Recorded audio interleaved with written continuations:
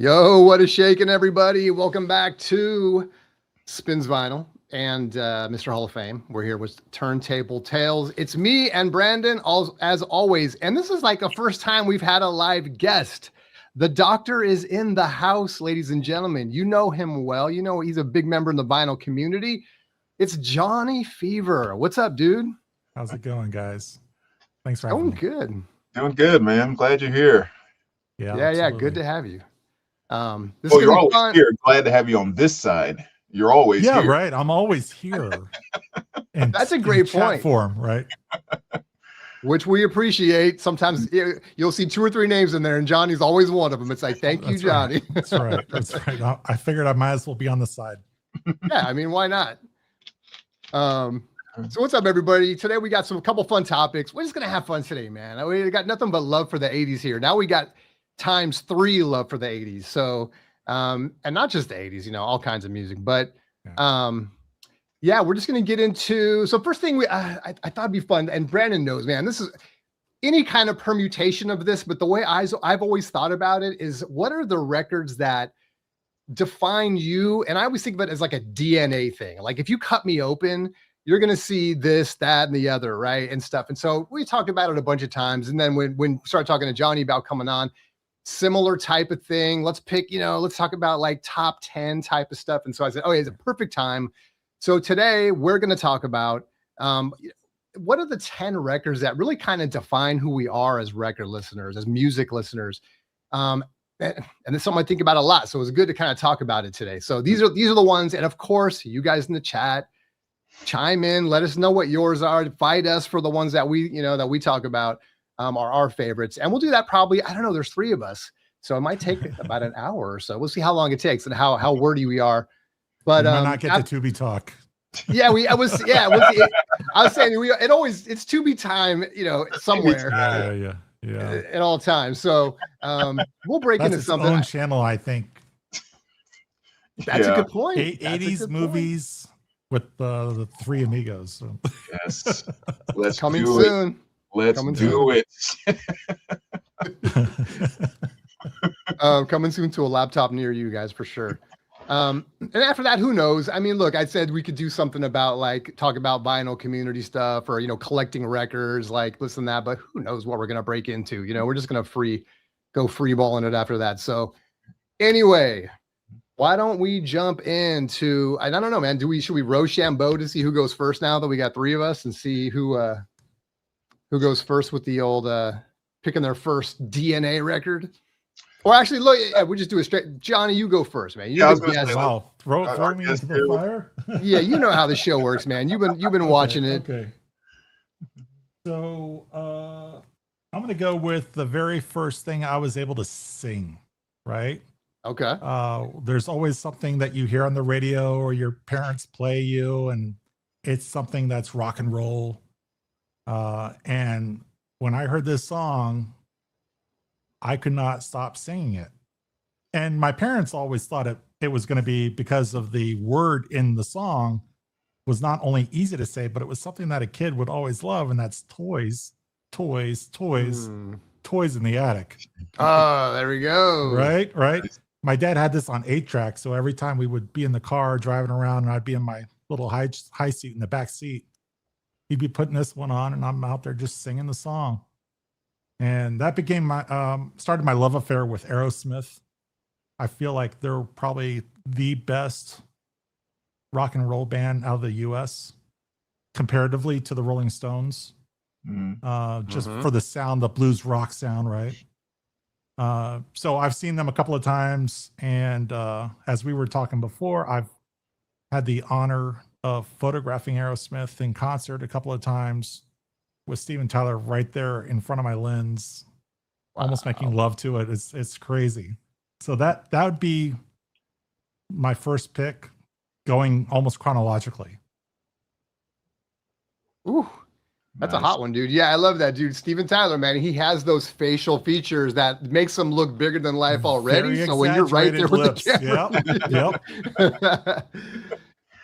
Hey, what's up, Cesar's in the house? What's up, baby? Good to see you, man. Thanks for being here. All right, Brandon, what do you got? All right. And I guess maybe too, we can kind of describe like what we mean by like our DNA. Because I think what I did was, as opposed to maybe certain moments when I hit certain albums, what I kind of looked at, because you nailed it when you text me, like if an alien came down and just like a blood sample from you, like what would they find in your blood? So Godsmack. yeah, definitely find the brightest part would be the Godsmack. Spoiler alert. So what I tried to think of was like albums that really sum up all the music that I love, trying to sum it up into just like 10 or 12 albums or whatever the case may be. Okay. So with that in mind, the first one I'm going with is this one right here, which of course is Bad Company, Straight Shooter. I mean, you know, my boy here, one of the greatest voices in all of rock and roll. And I think one of the reasons why I kind of picked this one is because, like, when I think about the track listing on this, and you have like the song Good Lovin' Gone Bad, like, again, if you found this in my bloodstream, well, that Good Lovin' Gone Bad will kind of take you to the Kiss that's also in my bloodstream, right? It might be a little too literal. Yeah, I know, exactly.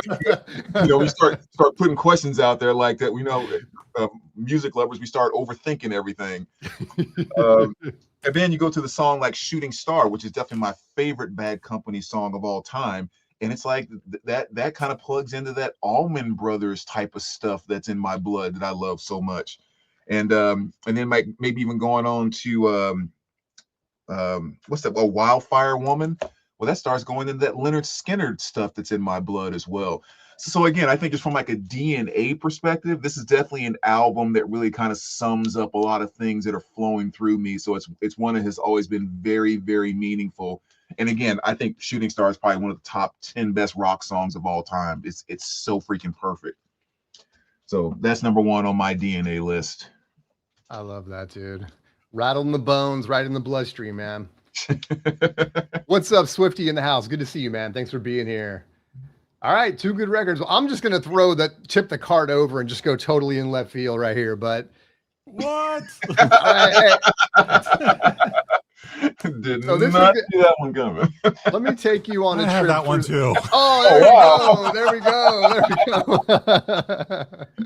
I love it. Good, great minds, great minds. Yeah. Well, I mean, this is the first thing I ever remember spinning like as an album on a turntable as like a 6-year-old or whatever. My mom, parents bought me the little Fisher Price, was sitting on my dresser, and I'd get whatever.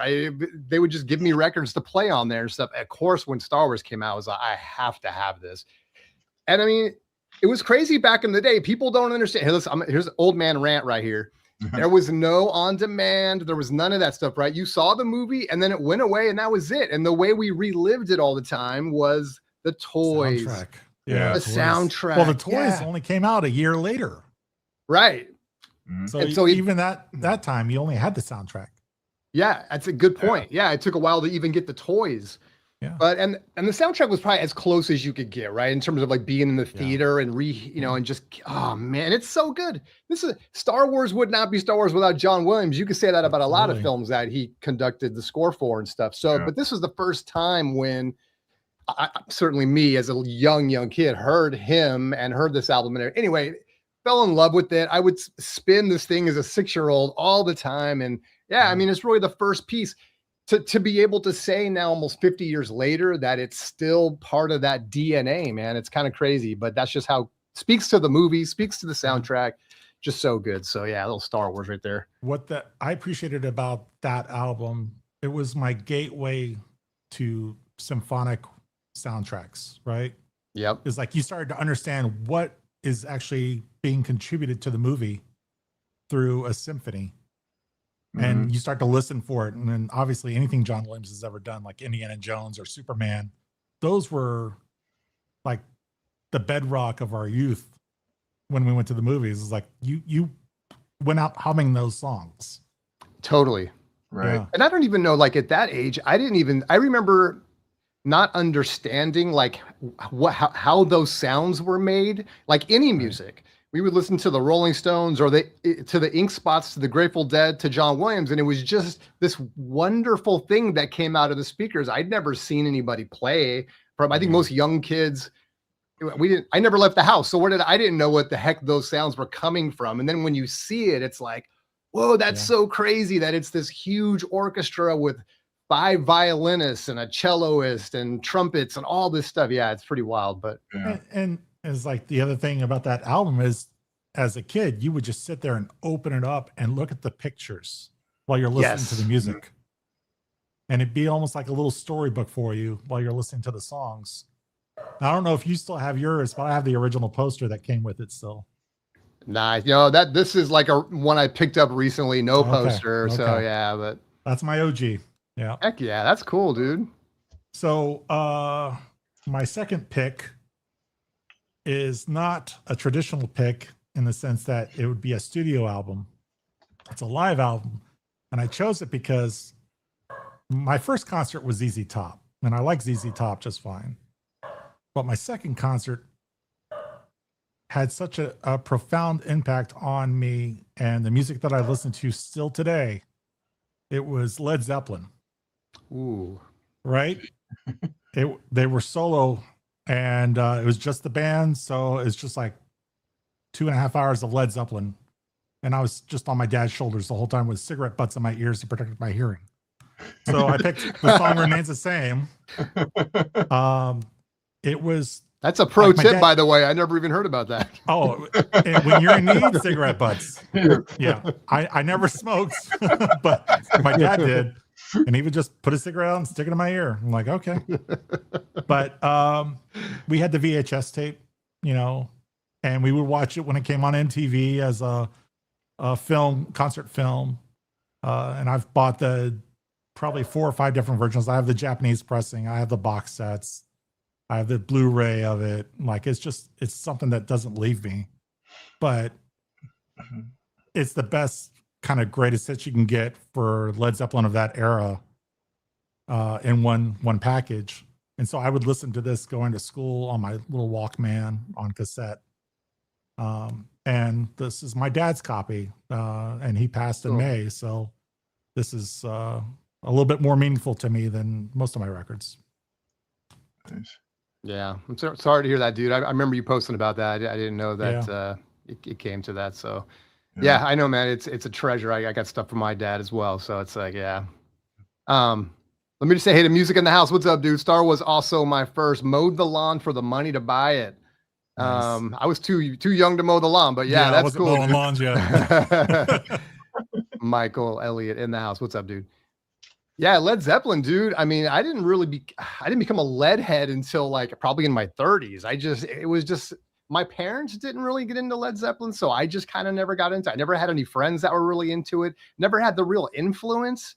And then I told this before, like I decided one day, because I usually work from home as a software engineer, and I just said I'm going to play every single Led Zeppelin album just chronologically from front to back for the next however many hours and just hear it all.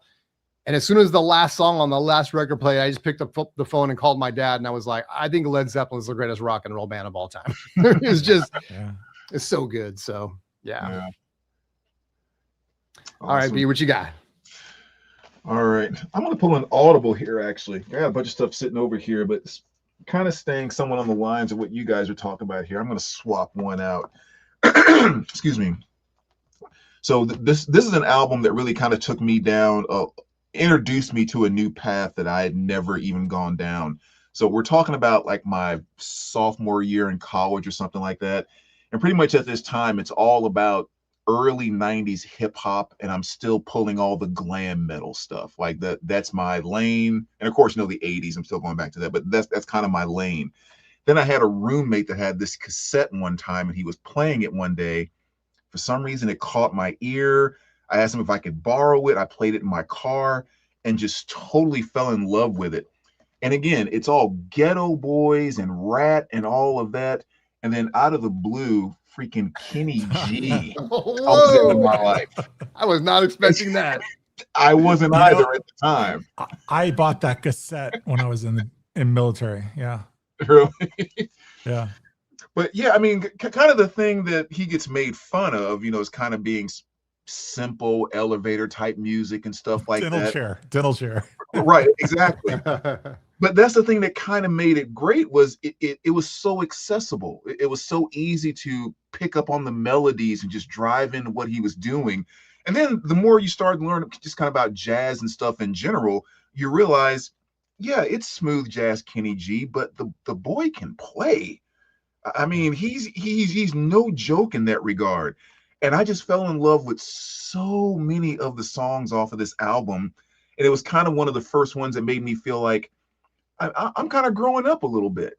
You know, it didn't all just Ghetto Boys and Ice Cube, Bang Bang, Shoot 'em Up, and all of this. It's like this is actually music to have dinner by, and that type of thing.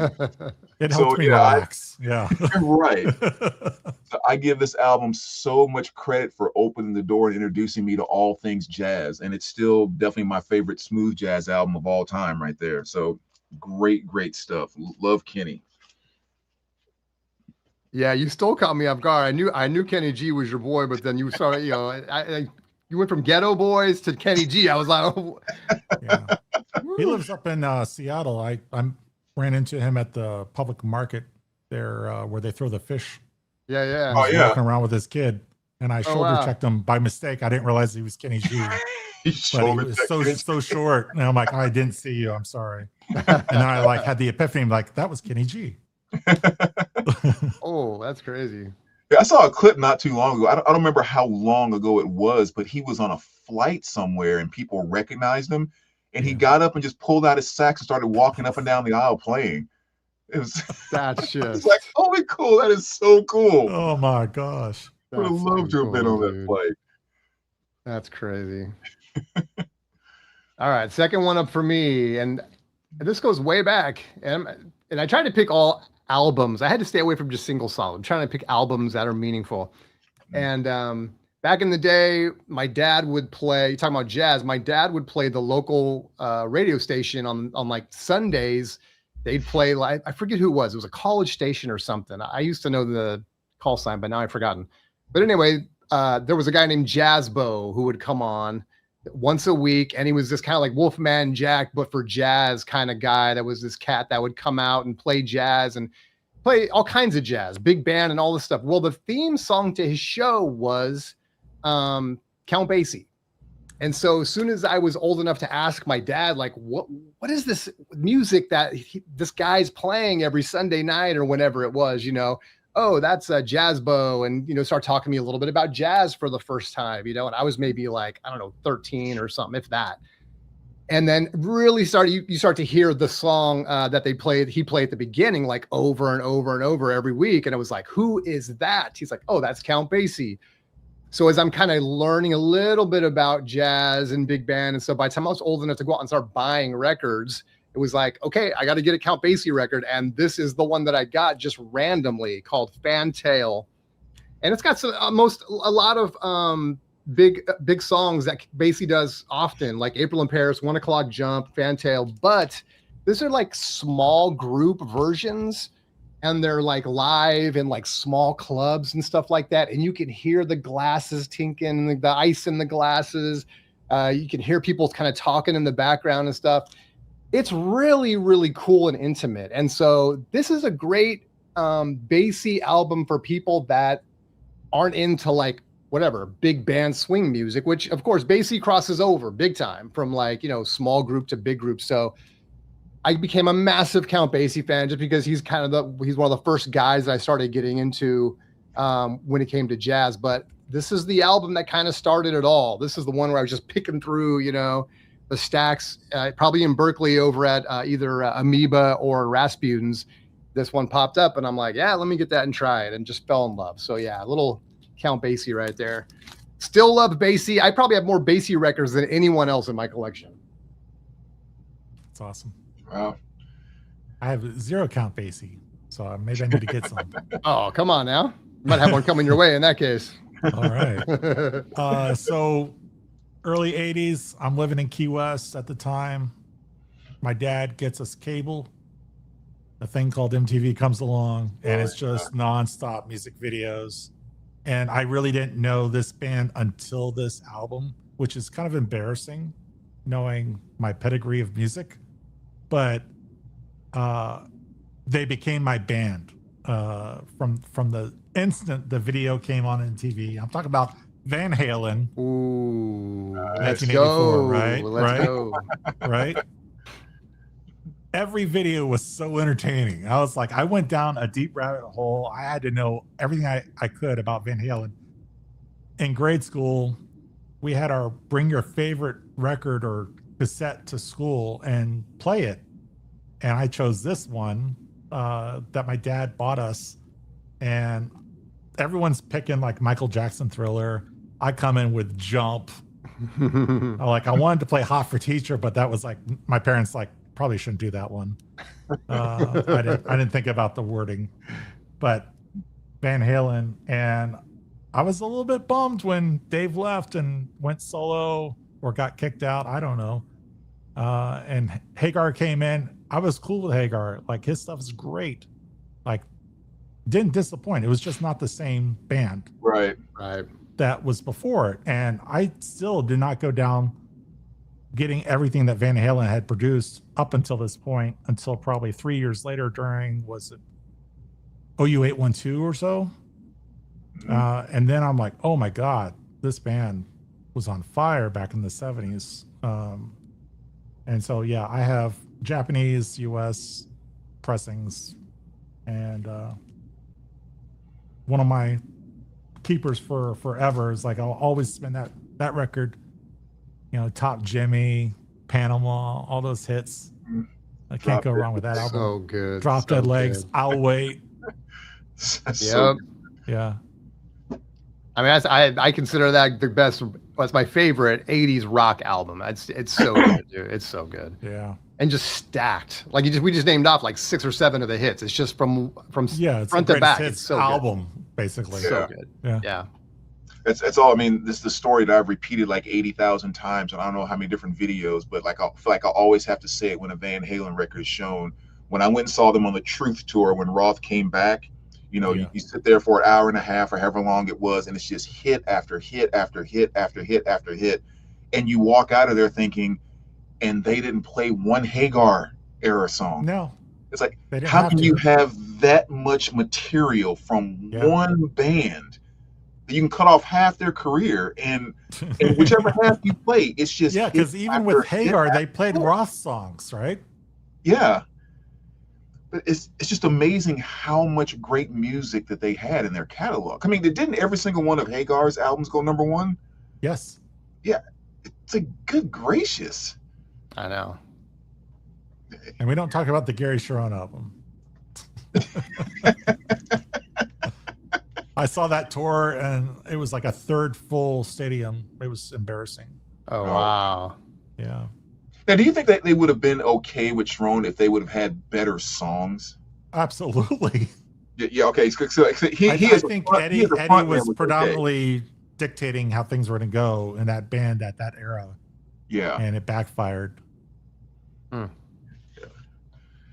Because I know it seems like it's always kind of, I mean, a lot of people tend to obviously bash on, that album and everything like that. But it's just like sometimes if I dive into it and start thinking like songs with like, Without You or whatever, right. And it's kind of like Sharon was kind of killing it on that. Like, I think the dude could have held his own if they would have. He didn't hold back on the vocals. It was just not very good songs. Plain and simple. Right. Like, I remember seeing, was it Fire in the Hole was in the Lethal Weapon 4 film. And I was like, okay. And it was literally a guy with a flamethrower. And I'm like, oh, this is so literal.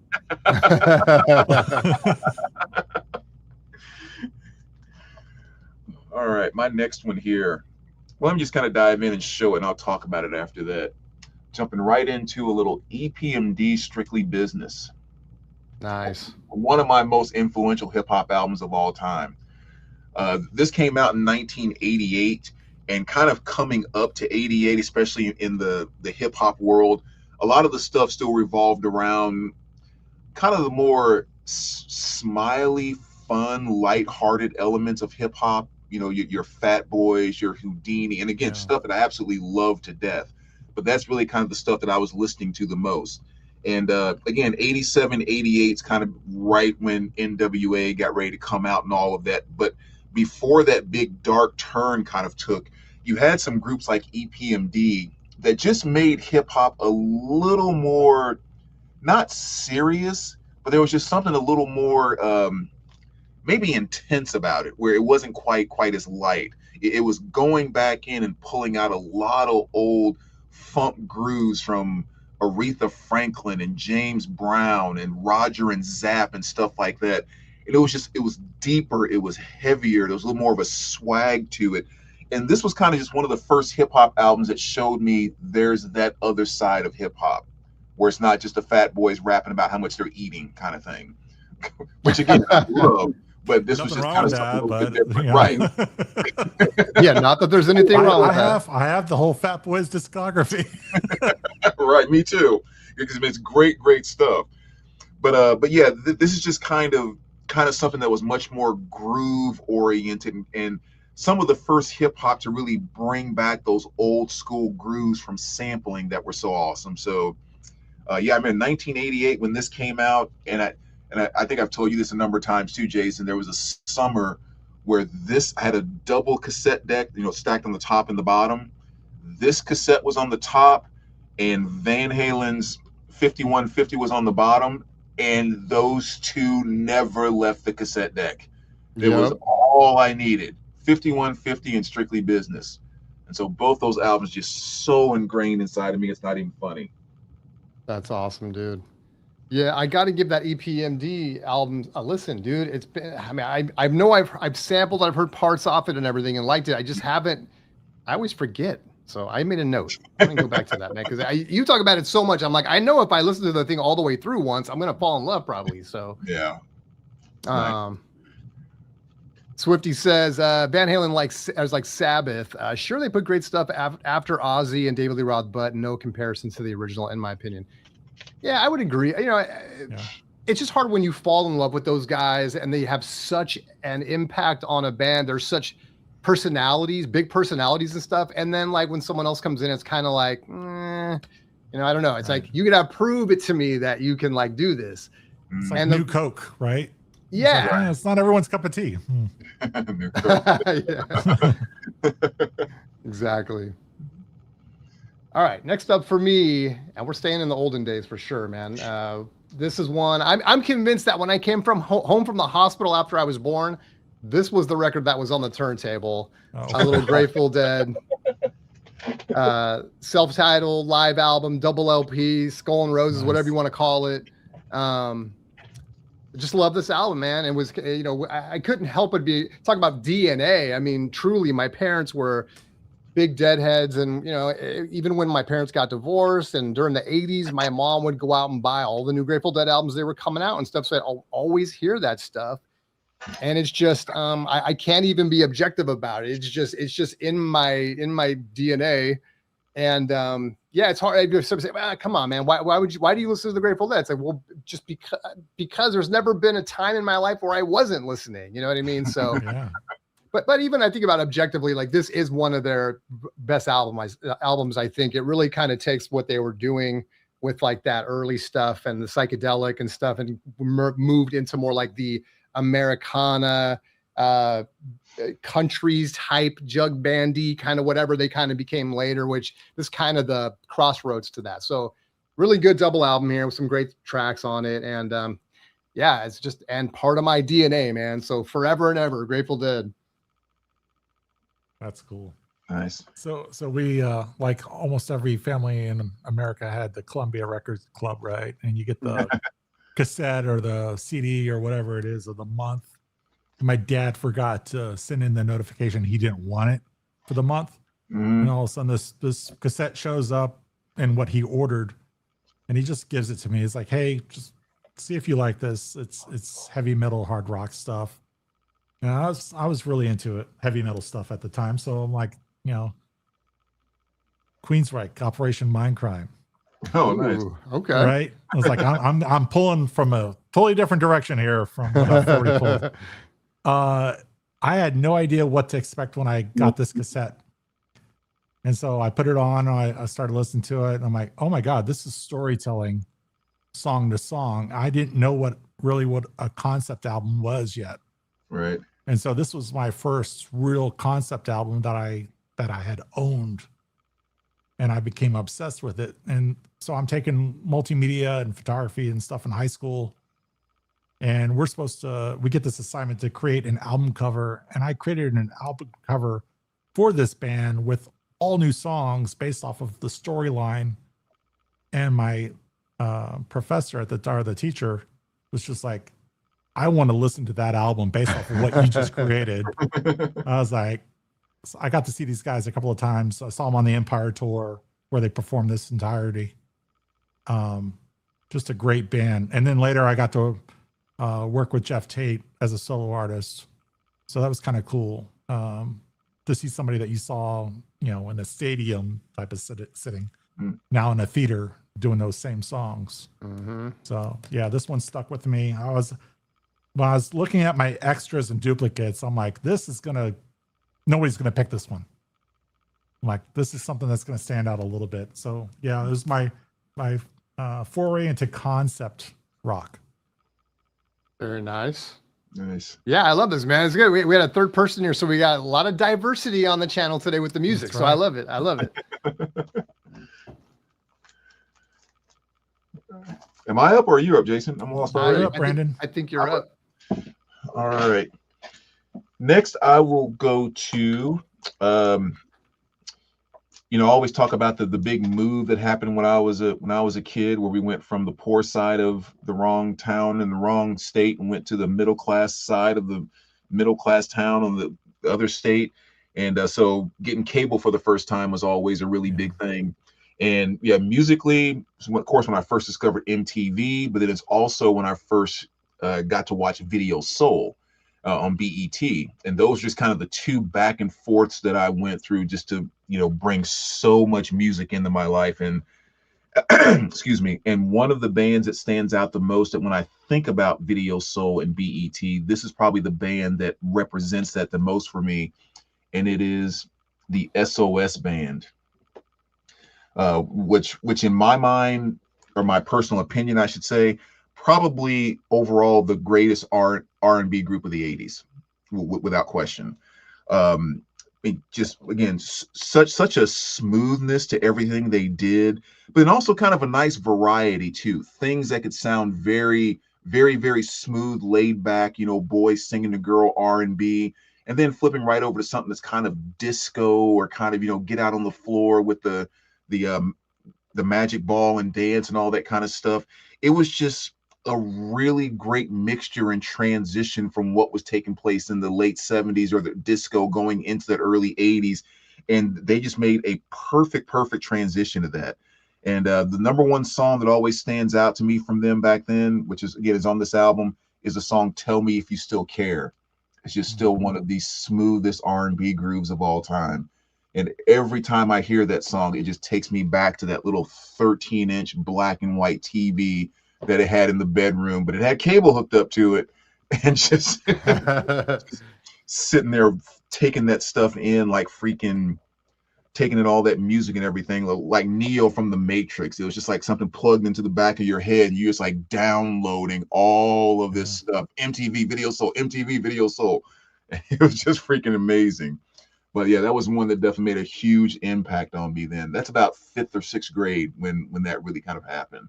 Did we all have 13-inch black and white TVs? If we were the Atari.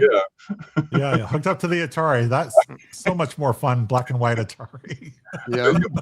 Like, you have not lived until you've played Pitfall in black and white. That's right. Exactly. Well, they did a great job designing those too, because they look just as good in black and white as in color. So it's still enough contrast to like be able to play it. Yeah.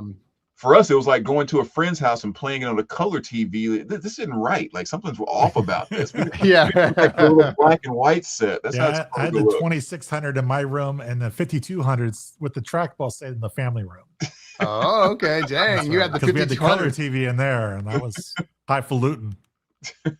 5200.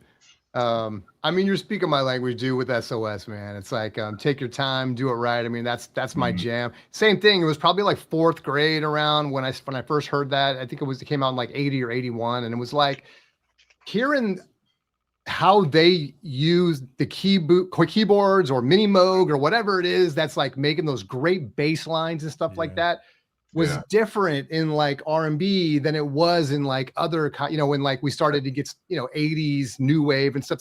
So many different, think about the synthesizer was just, there's so many ways to use it. And when you talk about that electro funk / electro R&B / whatever you want to call it, it's like those bass lines, dude, they're so good. And including coming in Madonna, right? From oh god, I'm gonna mess this up now. We talked about him last week. What's his name? The guy that from Nile Rodgers. Yes, bringing some of those bass lines into like Madonna music and stuff, and then kind of crossing over. But anyway, yeah, I can't listen to SOS. And it's like, you think maybe they're like a one-hit wonder? They're not, dude. You play those things from beginning to end. It's all great stuff because they bring a little something extra. They just bring a little something extra that makes it interesting. So anyway, great pick, dude. Love that. I got the same feeling about it. All right. And then Johnny, you talked about concept album, and this guy gets credit for really putting out the first rock concept album. Whether it's true or not, I don't know. But Frank Zappa, this isn't Freak Out, which is his first album, which is considered the first, I guess, rock concept album. This is Chunga's Revenge. And I pulled this one because it's the first one I ever heard. And Frank Zappa was someone that kind of came into my life probably in like my early 30s. Would it be early 30s, I guess?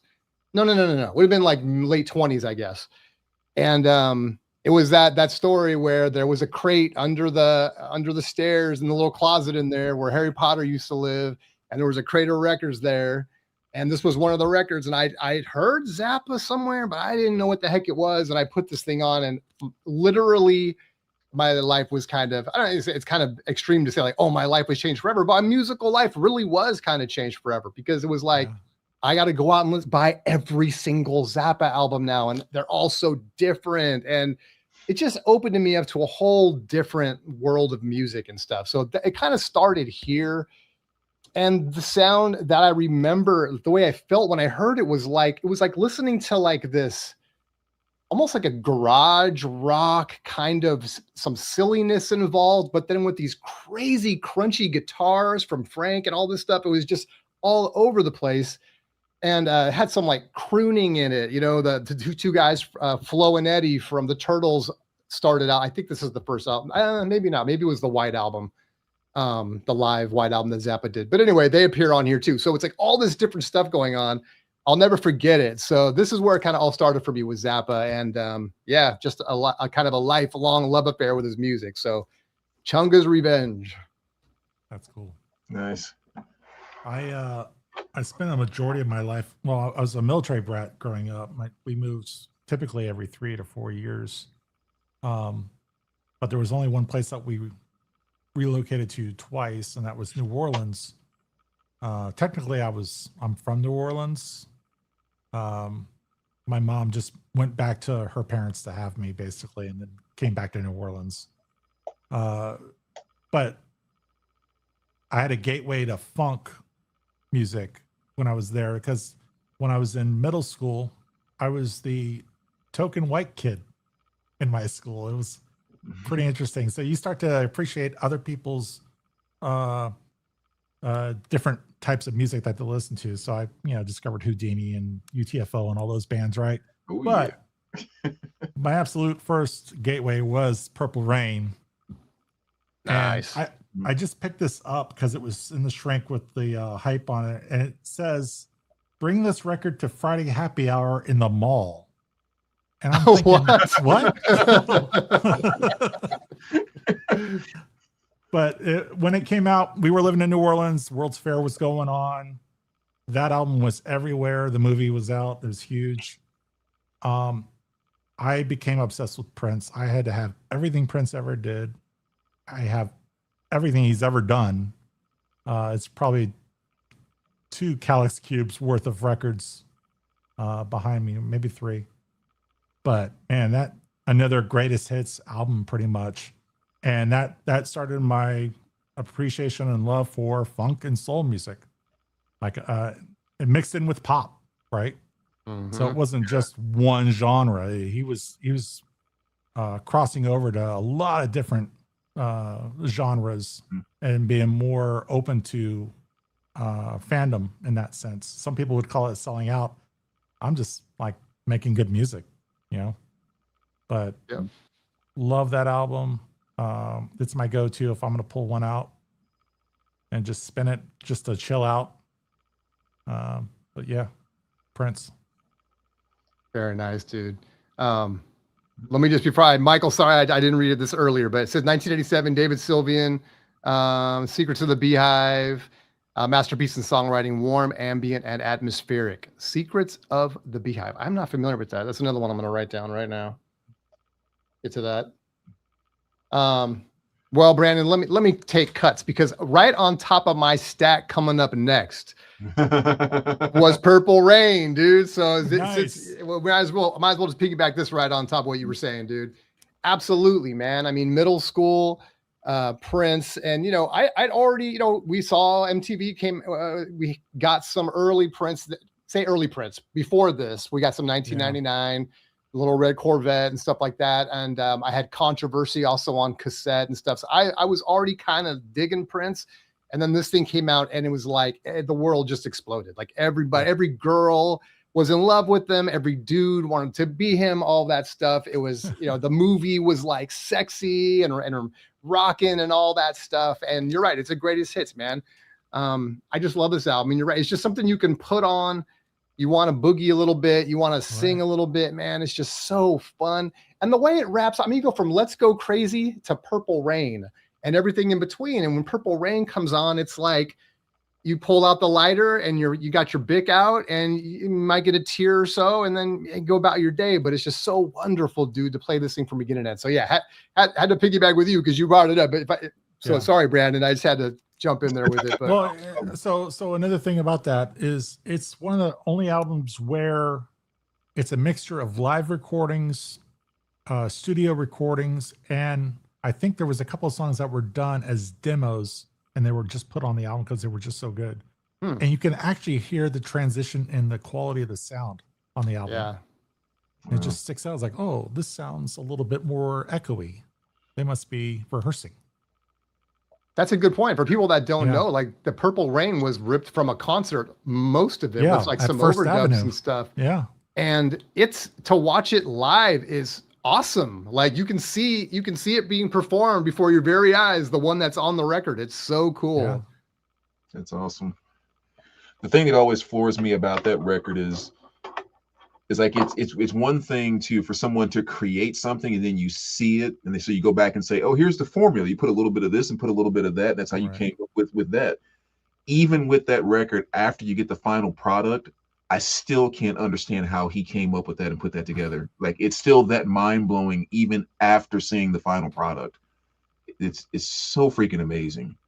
Yeah. Like Take Me With You. Like how complex is that song when you break down all the instrumentation in it? Yeah. It's like drum machines, acoustic guitar, all different rhythms. Yep. And he did it all. My favorite song on there, and probably one of my, if I was pressed, probably one of my top 10 songs of any song, just because it's one I always go to and listen to, and I love to sing it and everything, is Baby I'm a Star. Yeah. And there's so much, as comes on right before Purple Rain, but there's so much little subtleties when you listen to his stuff enough, and especially on that album, you'll just hear little things that kind of hang on, a note that goes a little longer, some weird background noise you didn't notice before. Just they're so thick with sound. It's just that album is so amazing.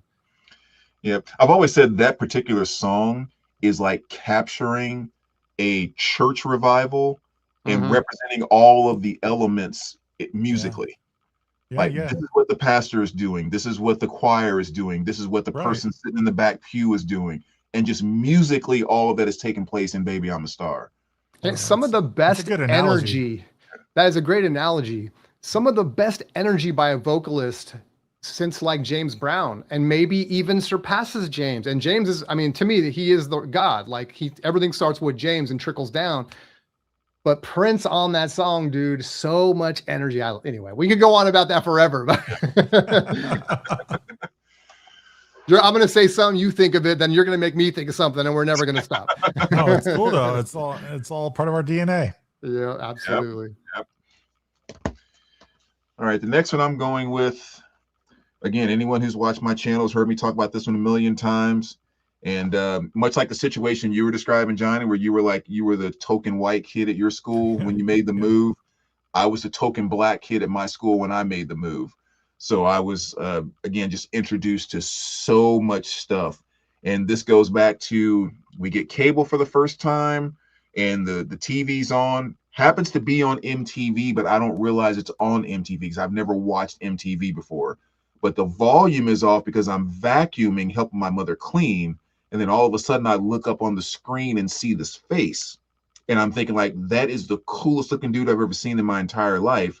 And I go over to the TV, turn the volume on, and it is the video for Eyes Without a Face by Billy Idol.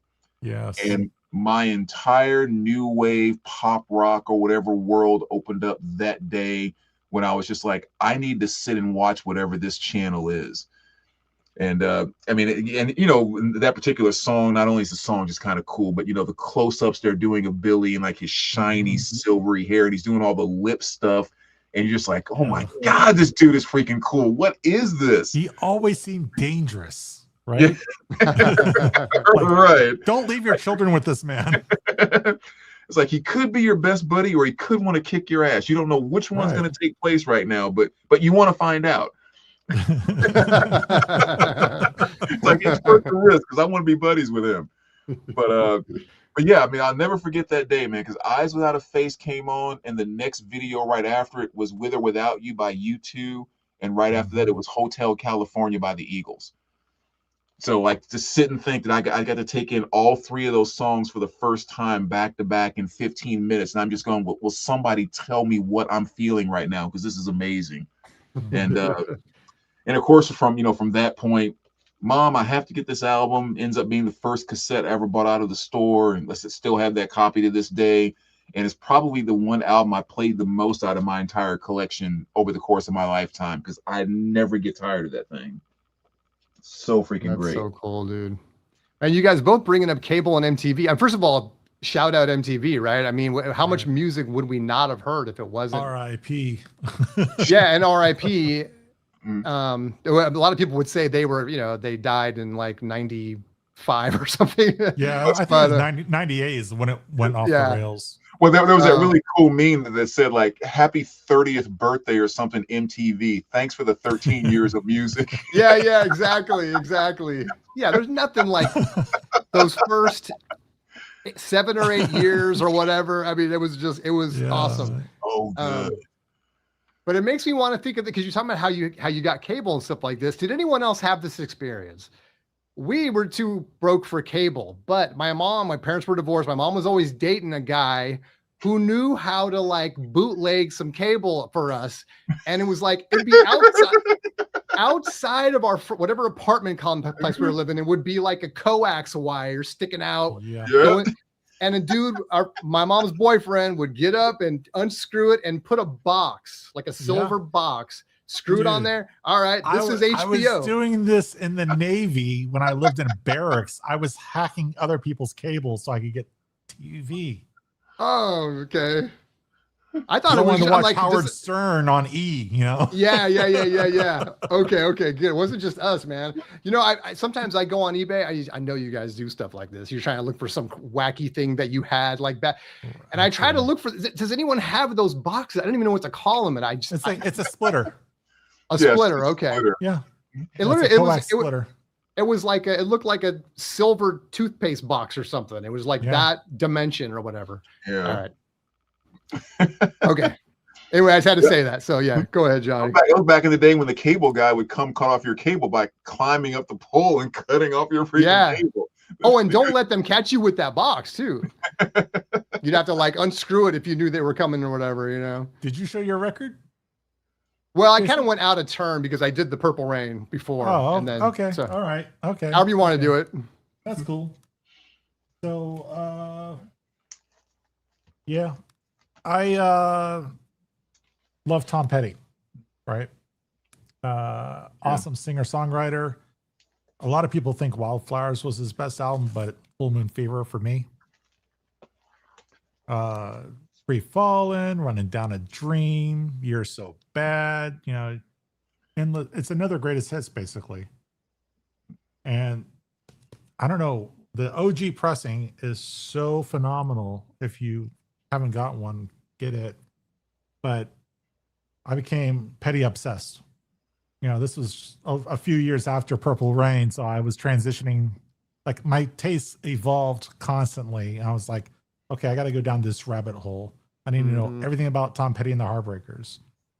And so I have a guitar collection. I play guitar. One of the guitars that I have was owned by Mike Campbell in the Heartbreakers, and he played it on tour. And so I got to kind of buy it that way. But I could have picked any Heartbreakers album, but that was my gateway to Tom Petty, was that album. I knew, you know, the big hits like American Girl and stuff like that, but that was the one that was like, I have to have this.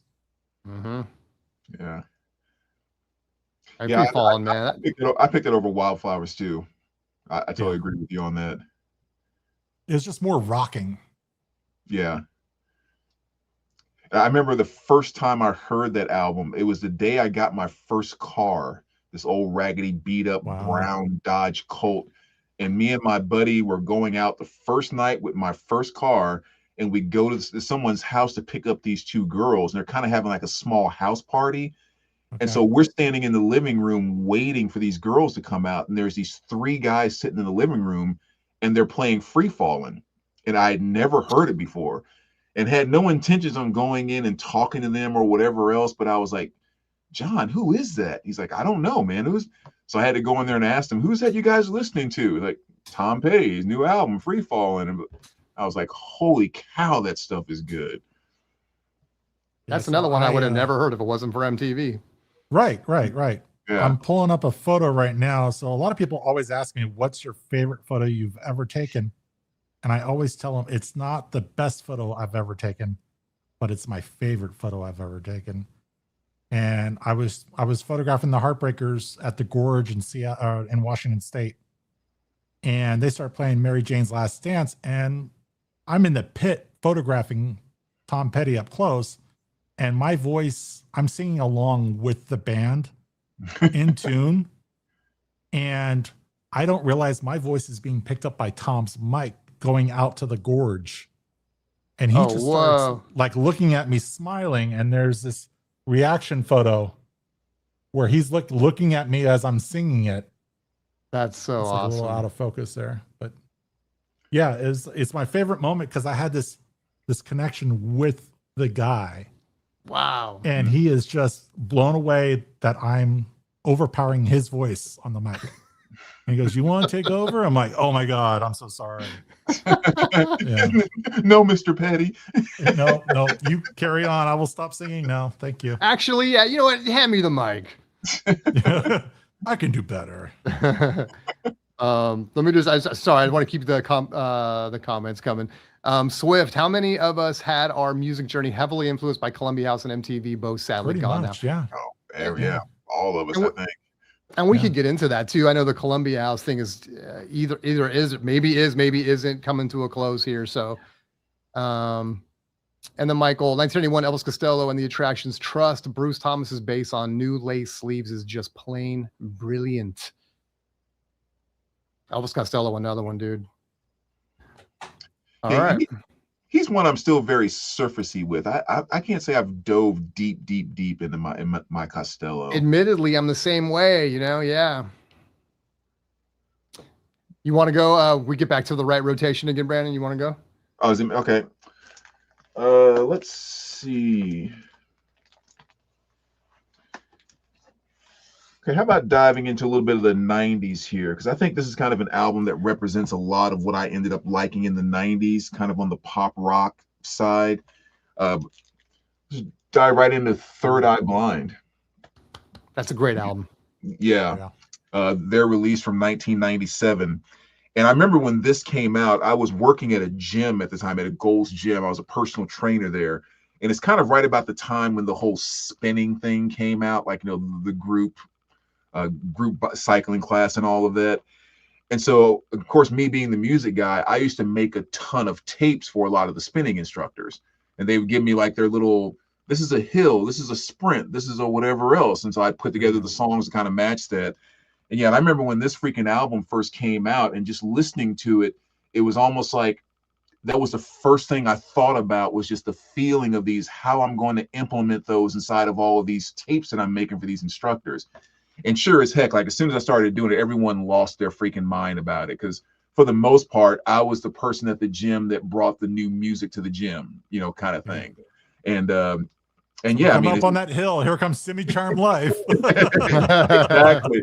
And then that's the one they wanted all the time. And I literally got to the point where that is my least favorite hit on the album, because I got tired of listening to it all the freaking time. But they all wanted the Semi Charm Life, Semi Charm Life. Put that on there again.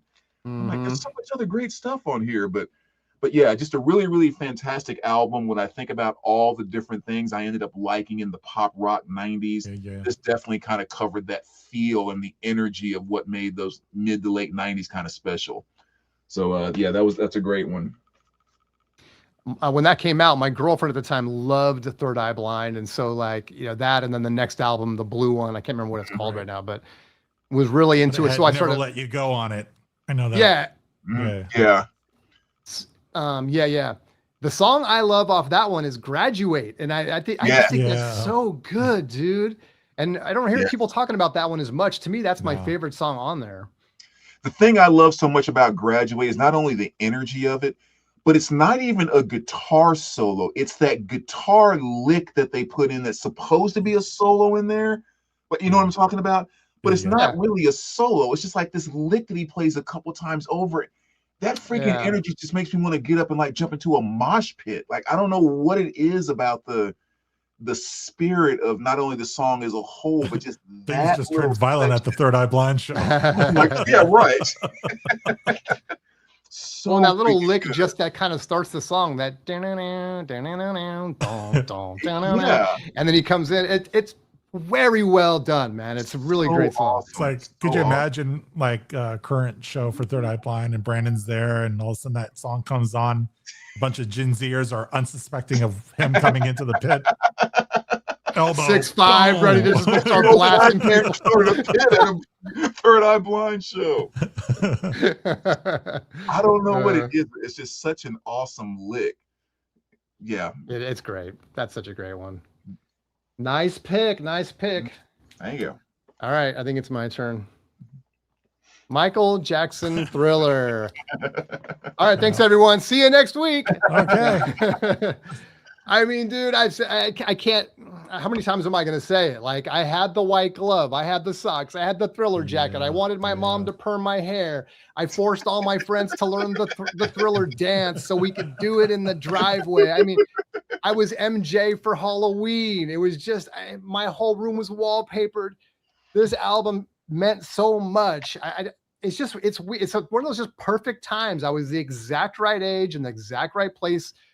And I just for like a year of my life, I didn't even get into bad. By bad, I was over it. To me, my MJ was for kids.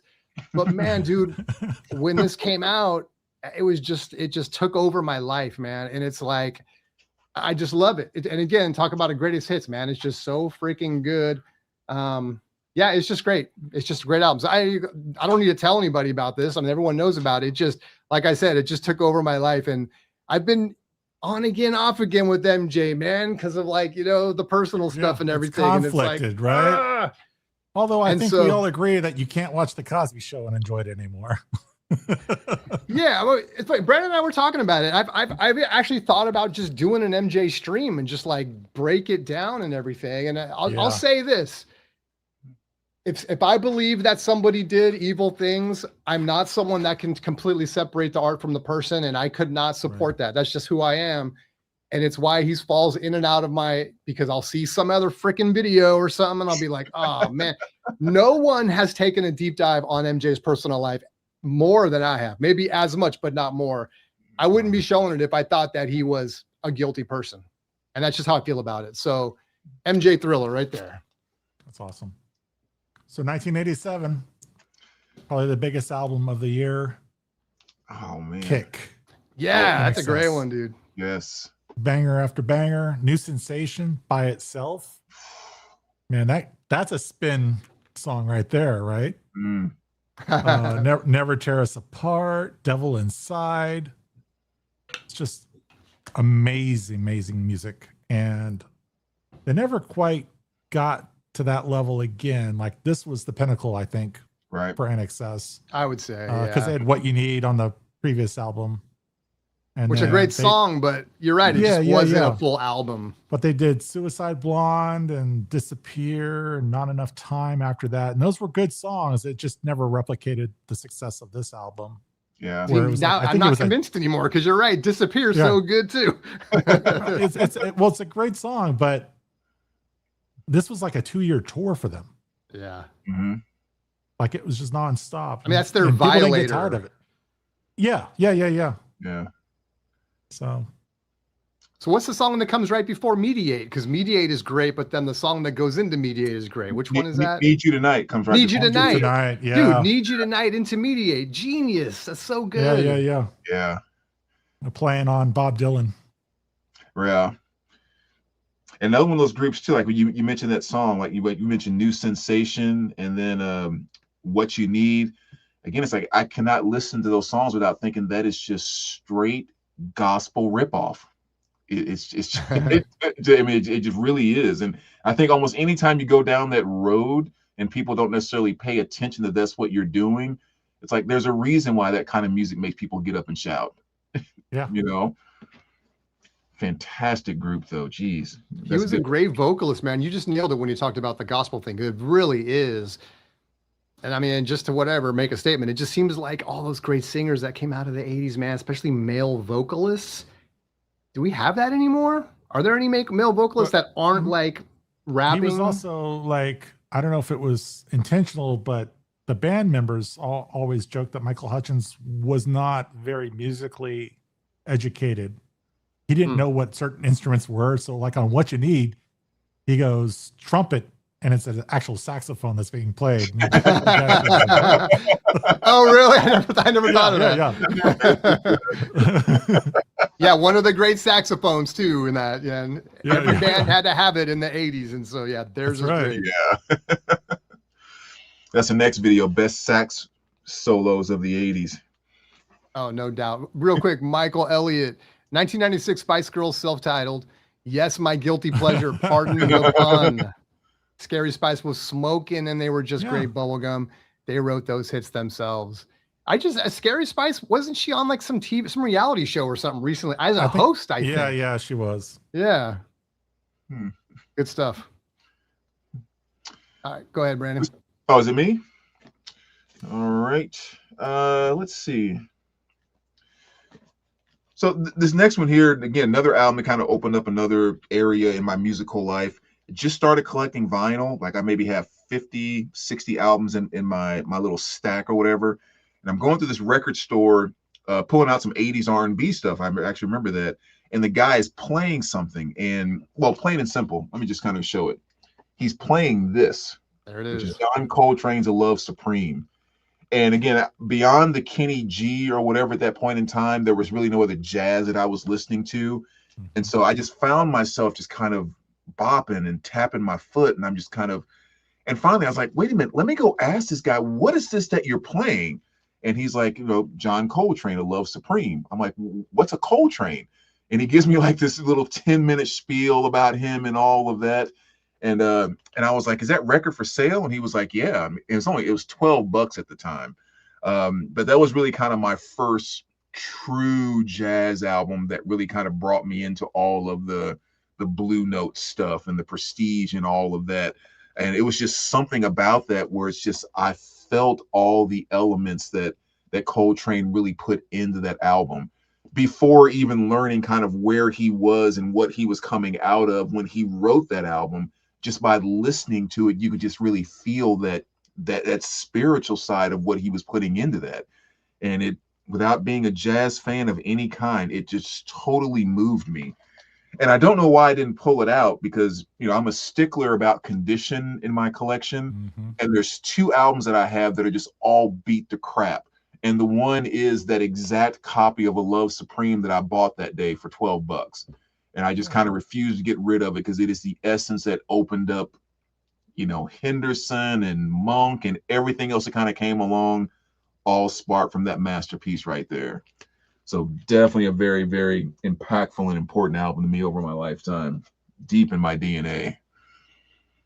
That's awesome, dude. Whenever you talk about that one too, and the way I know you frame it, like it went from Kenny G to A Love Supreme, which is, whenever I listen to Love Supreme, I always think it would be hard for someone to break into Coltrane or, post, hard bop, which that's not really a hard bop record, but that era and stuff with that album. It just seems like such a, how did, like, I always think it's like, this would have to be someone came to after they had some experience with it.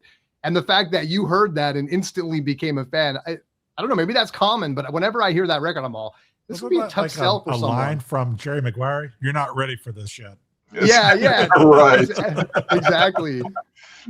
And I think what could have been a part of it too is that, even though maybe I didn't necessarily know it as clearly, a lot of the Spike Lee movies had that type of flavor in it. He would pull from that type of thing. So I think even though maybe I didn't actually know about, like, Coltrane or Tyner or things like that, you still kind of caught some of it in all these Spike Lee movies that were kind of coming out at the time. And then also giving credit to the Cosby Show, because I know we've talked about this a few times before in the past, Jason, is that one thing that he did an amazing job of on that show was injecting a ton of Black culture without making it a throw it in your face pro-Black kind of thing. It was just in the background. There was Duke Ellington playing, there was Dizzy Gillespie playing, and so you did hear these things as kids, and I don't know, it's like it was awesome. It was, it was the music that played on the Cosby Show. And so I think that did kind of set me up to be in a position to, when I finally heard something that incredible, it was kind of like, man, this feels awfully good, like those other moments in the past had. And I know I have friends that have kind of went the route of hip hop, and then like A Tribe Called Quest, for example, and we're like, oh, this is cool. They want to seek out, where was this sampled from and stuff. And next thing, they're like big jazz lovers too. So yeah, it's kind of interesting. You can almost come into jazz from so many different, areas. Jeff Dyer in the house. What's up? Always good to have some rock royalty. Thanks for being here, Jeff. Michael says, I saw NXS live when I was in the service in San Diego way back when they were not as well known. Shabu Shaba was the album at the time. Michael Hutchins was pure dynamite. That's awesome that you got to see him. That's hella cool. All right, I think I'm up. Little Journey right here. I mean, I intentionally left Journey off my list because of you. Brandon does. We purposely don't pick things we know the other one. That's their lane. That's their lane. And Journey. I mean, this is Infinity. This is the first one that Steve Perry appears on. I love all the Steve Perry Journey. Was fortunate enough to get to see them live without Steve Perry last year, but it was still phenomenal. And this is just this album just means a lot, because this is really the one. This and Escape were the ones that my mom would play, like, when I was like 9 years old. And I sound like a broken record if you've seen me say this before, but I was sitting in front of the TV on the floor with the Atari joystick, and she was making some lunch or whatever. This was on the turntable. And so I just associate it with all of those things. And there's almost more than any other music. And trust me, all we talk about on this channel is just how nostalgic music is for us and how it links us to these memories like a time machine. This is the first time machine, man. This is the one for me that just, if you said you could only keep one record, for nostalgic purposes, I mean, this would have to be it. So great album. I love it. It's awesome. You could, I don't know. It's hard. I'll sit here and say it's a greatest hits. People would argue, but I can't really relate because it's just part of my DNA, and I can't be objective about it. It just means too much on a personal level. So yeah, I had to show a little Journey. Infinity. That has Any Way You Want It, right?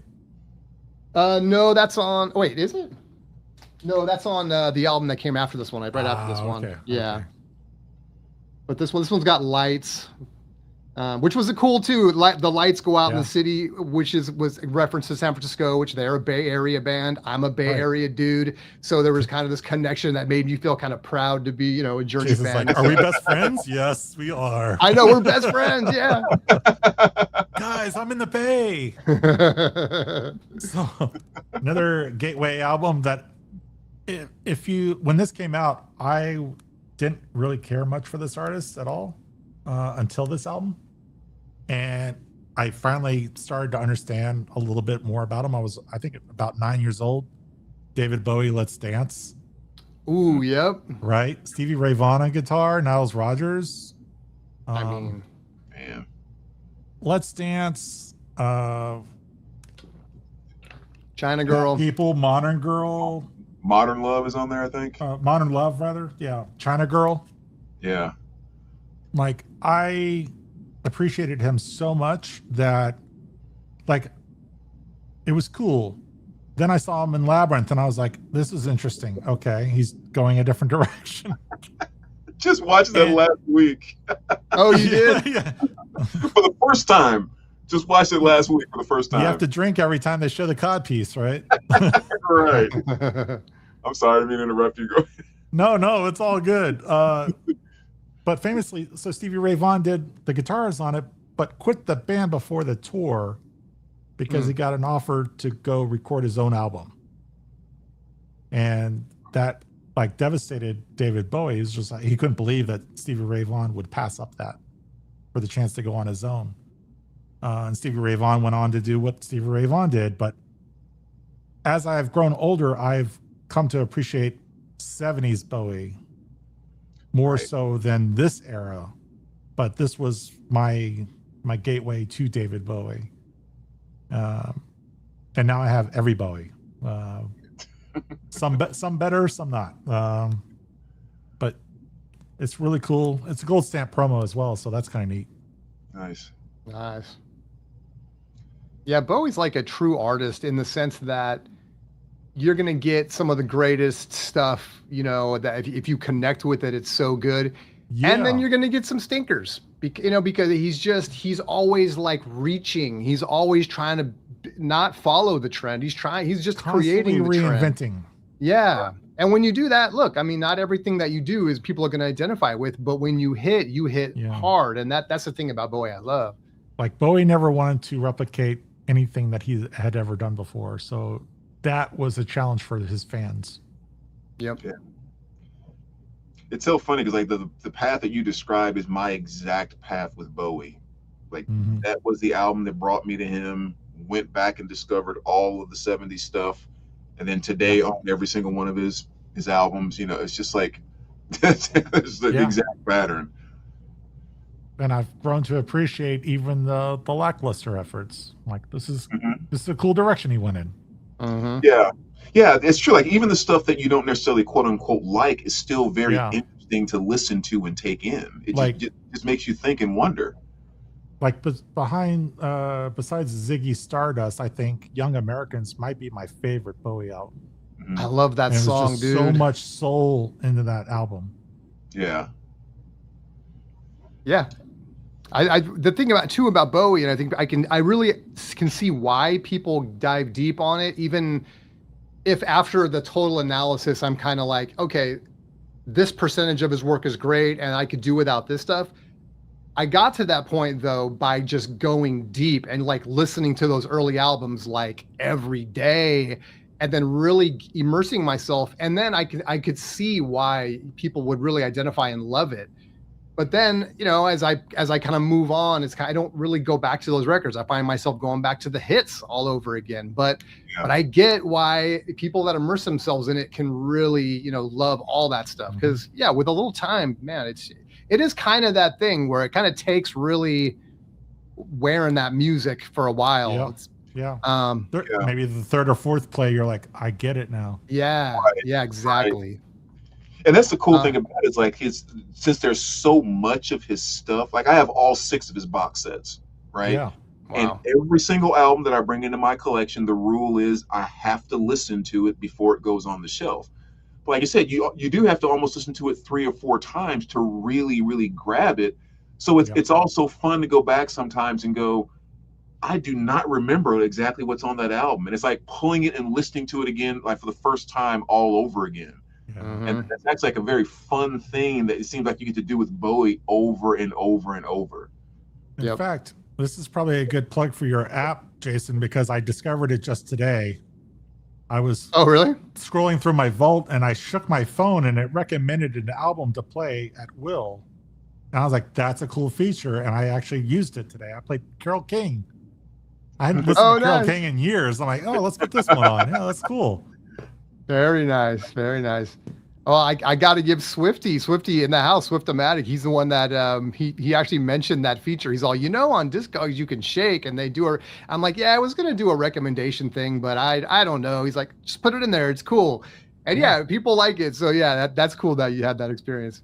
Let me jump into Jeff Myers. Got a few comments here. The rumor was Bowie offered him, I'm talking about Stevie Ray, I believe, right, $100 to play at the U.S. festival. Ooh, that's not right.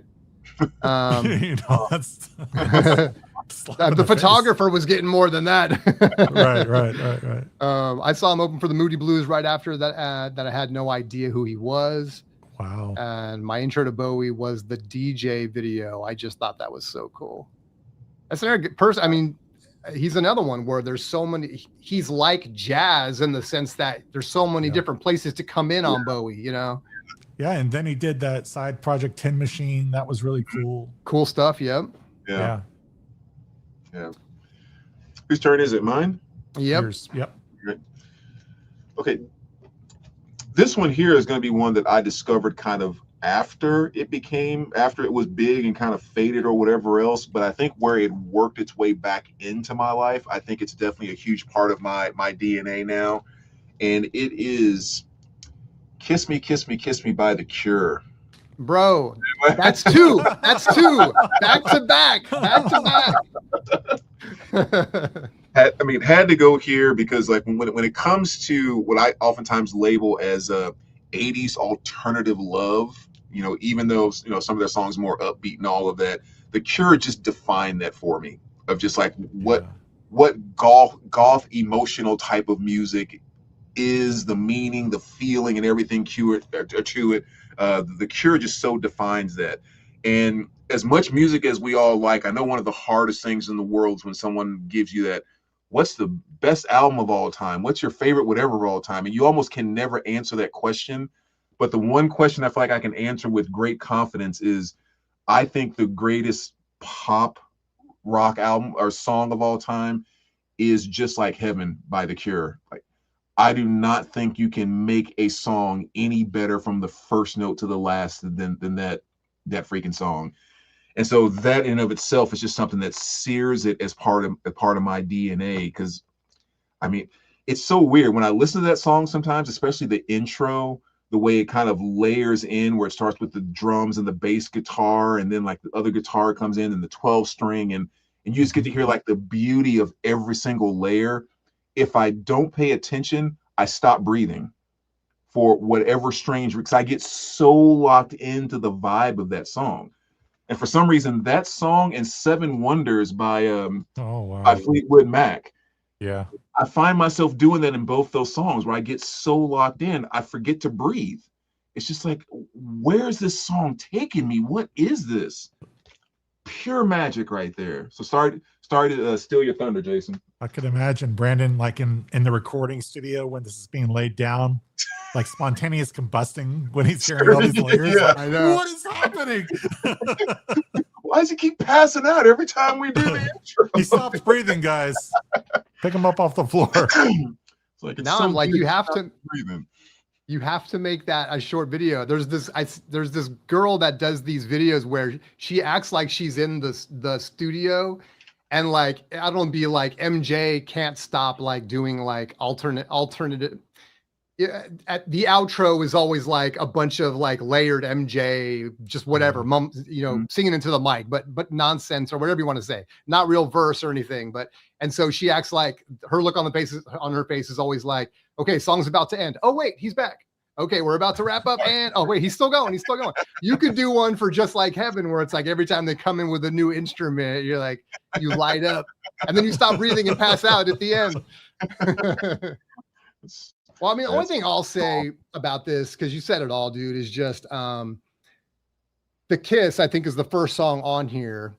And it's very Robert Smith was a huge fan of Jimi Hendrix. And in fact, he redid the song Purple Haze, which is on a remix album or something. And so this album, I think, is really the first time where we get to hear some of that Hendrix influence come through in the guitars and stuff, are pretty raunchy. And The Kiss is heavy, how it comes in with that guitar, layered guitars and stuff. It has a long intro. This album, and that's how the album starts out, is with this just long intro, and you really hear those Hendrix influences. And I mean, it's so great, and so many different kinds of music on here that are all top notch. So yeah, great album. I mean, my friend Gabriel Martinez, if you're out there, I love you. You know, had the cassette tape and passed it over to me, and I was just, that was it for me. I was a Cure lover for all time. We both bought our tickets to go see The Cure in 1989 for the Disintegration tour and everything. And so, yeah, so but this kind of started it all for me. So I wasn't really into prog music until later in life. I think Rush Roll the Bones was the first aspect of that catalog that got me into the band. But it's Moving Pictures that sticks with me, because Tom Sawyer, just the intro alone, it's orgasmic when you hear that. Like, I've seen them twice this year already on their 50th anniversary tour. I'm going to see them a third time next month here in San Antonio. When they start Tom Sawyer, you see all these 50, 60-year-old guys just absolutely lose it in the audience. It is a sight to behold itself. It's almost worth watching the audience more than the band. But this, like, I have such a deep appreciation for bands that only have 3 members and create so much music, like the Police, right? It's just like what they can create just between the 3 of them. The drummer was the lyricist. That seems unheard of. Right. And never sing a single word. Leave it to the bass player to sing all the vocals, right? And then all the while layering, he was playing keyboards with his feet. Like, Crazy. he was doing that with his feet, playing bass. You have Alex off to the side playing double necks like Rickenbackers. And then Neil Peart with a drum set from hell that's surrounding the guy. Like, I don't know if you guys have ever seen Rush, but I got to see them starting around 94, I believe. And I've not missed a tour since, and it's always been a treat. But this album, YYZ, Limelight, like Witch Hunt, such great stuff. And if you're not really into prog, I would say give this one a listen first before deciding for sure. Yeah, that's a great album. Real quick, catching up here.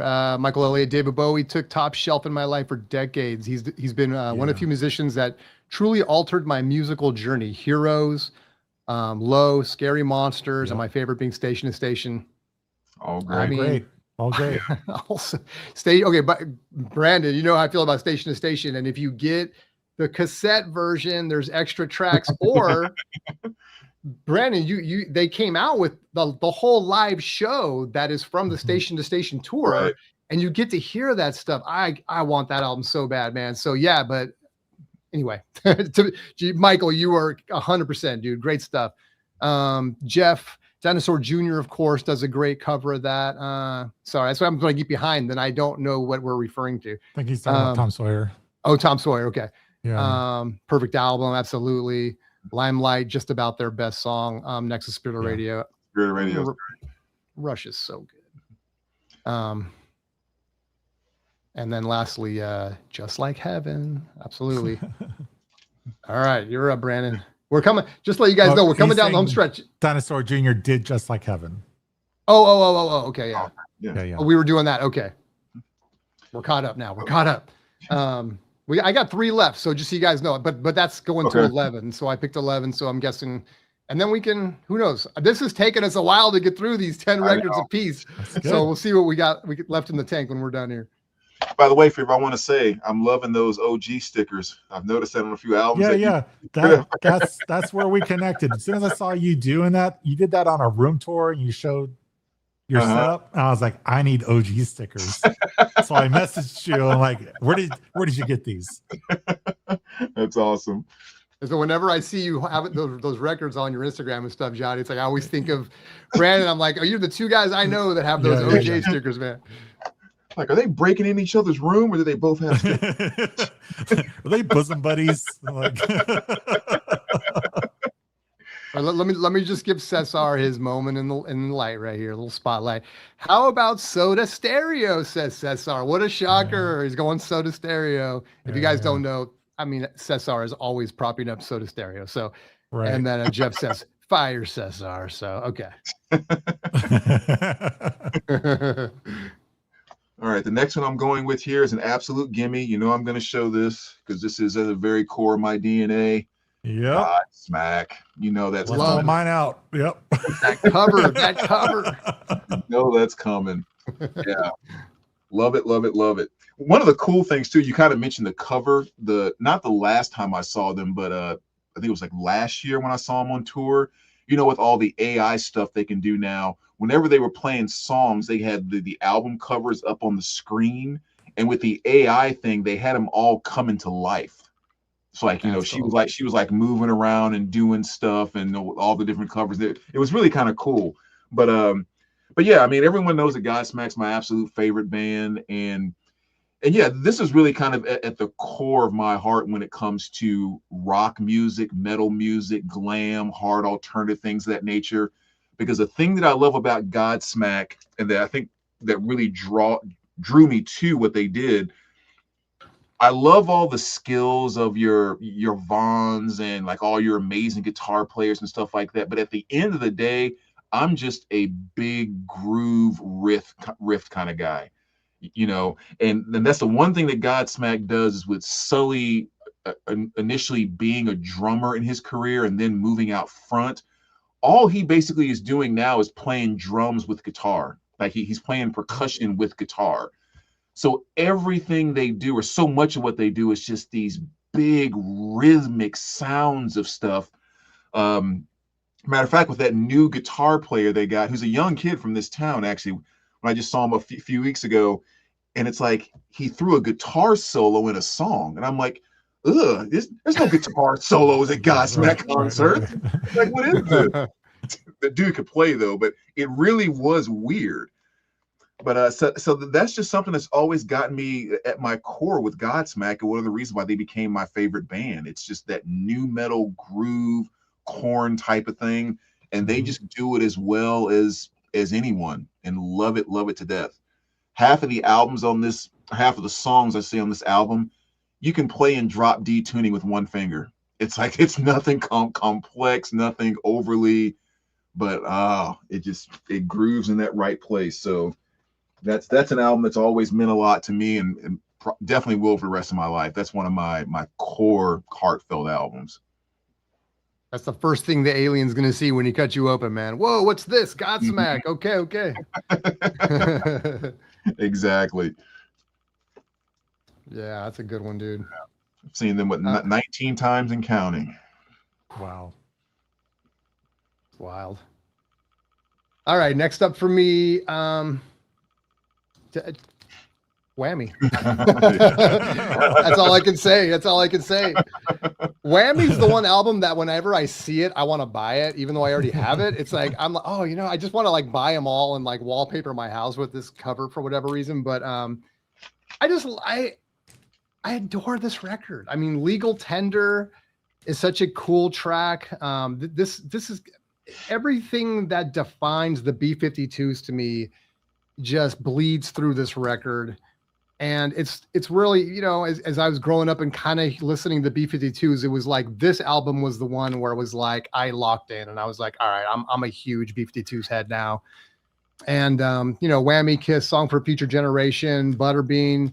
It's just, I don't know, man. I just love the song. It's one, again, this is another record where you put it on because you want to move your feet a little bit, because you want to, you know, stretch out the vocal cords a little bit. It's just, it's a fun one to like sing and bob your head to from beginning to end. I love this freaking album. So yeah, I mean, this is the one. When I was, you know, I was talking about, I guess I was 15 or 16 years old, something like that, when I met the kid that took me up the hill to his grandma's house and let me just go ham on his brother's record collection and everything. He was in the military. I've told the story before. I'm sure Brandon remembers.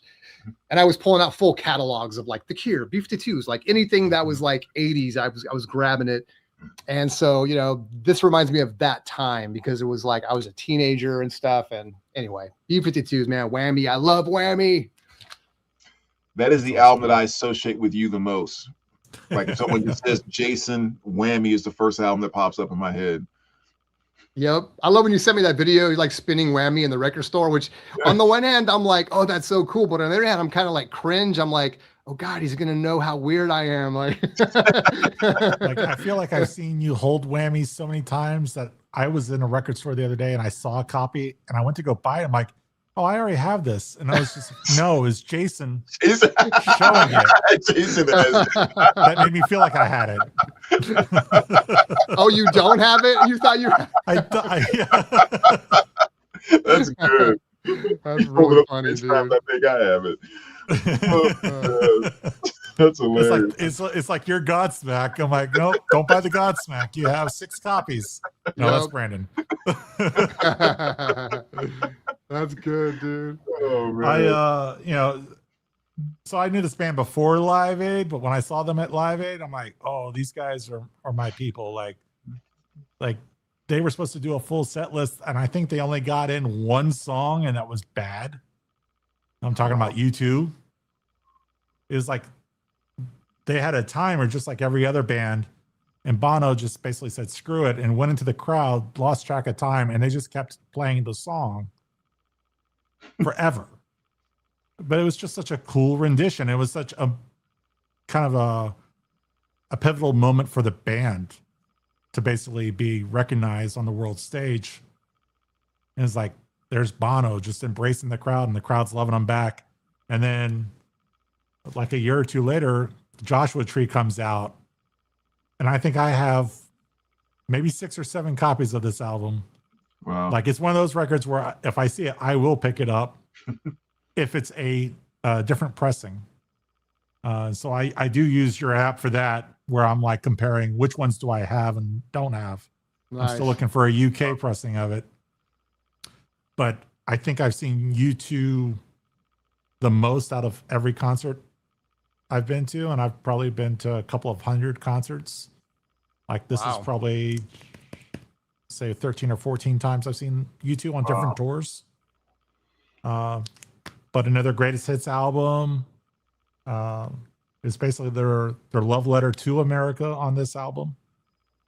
And if you were lucky enough to see them in, was it 2017 on the Joshua Tree tour that they went back out on, such an incredible production where you see this massive LED screen, the width of a stadium, and it's just a music video basically as their backdrop, but not with them in it.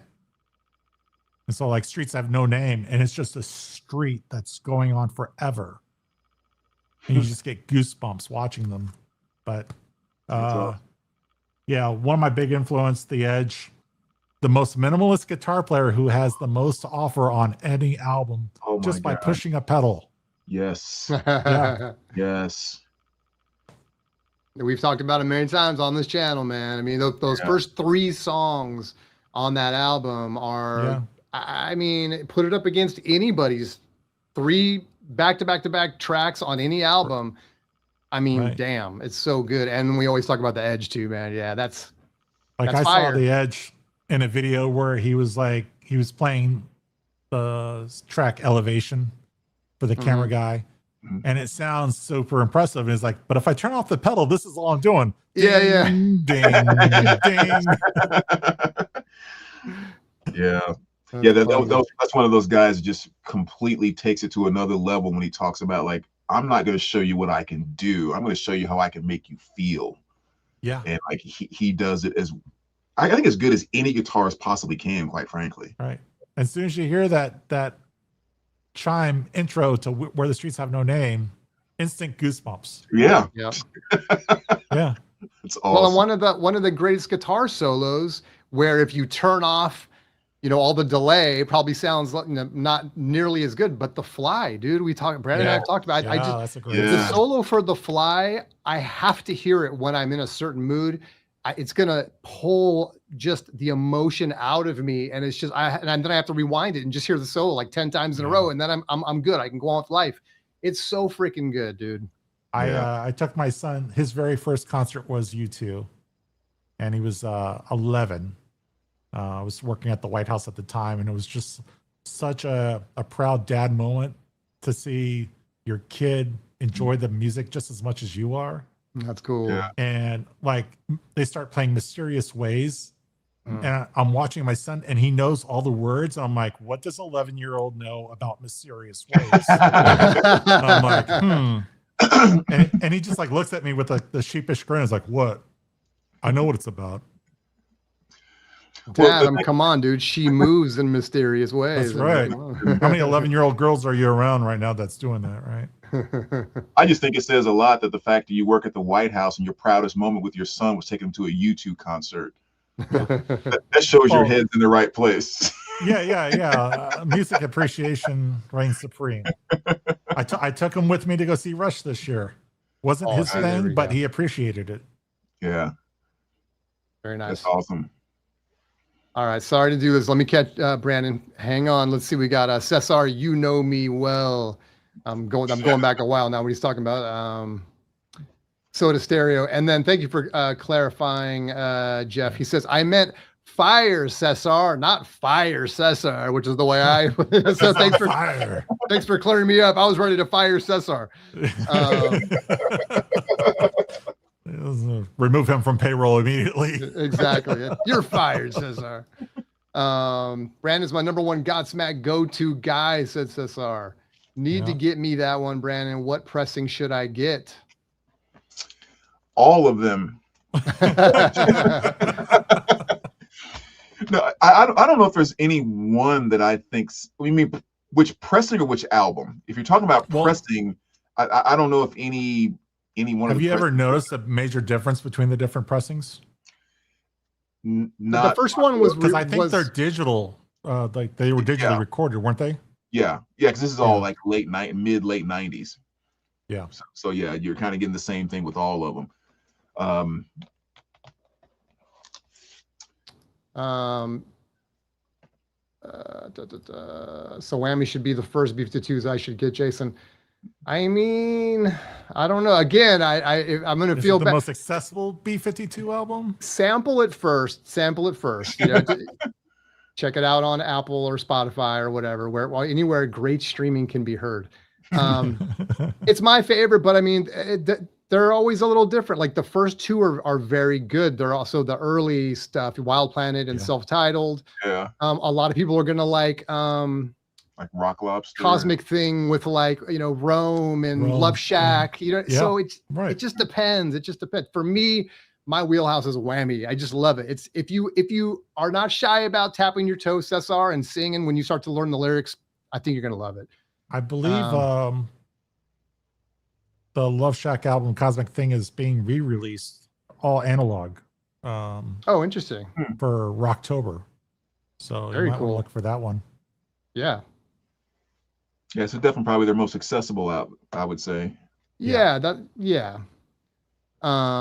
always hated Shiny Happy People, but now I love it, especially because Kate Pierce is on it. Yeah, Pierce. Yeah. Had a kind of a crush on her. Yeah. Self-Titled, says Jeff to Cesar. Got it. The only one with the yellow background cover. Okay, sorry. I think they're having a conversation among themselves.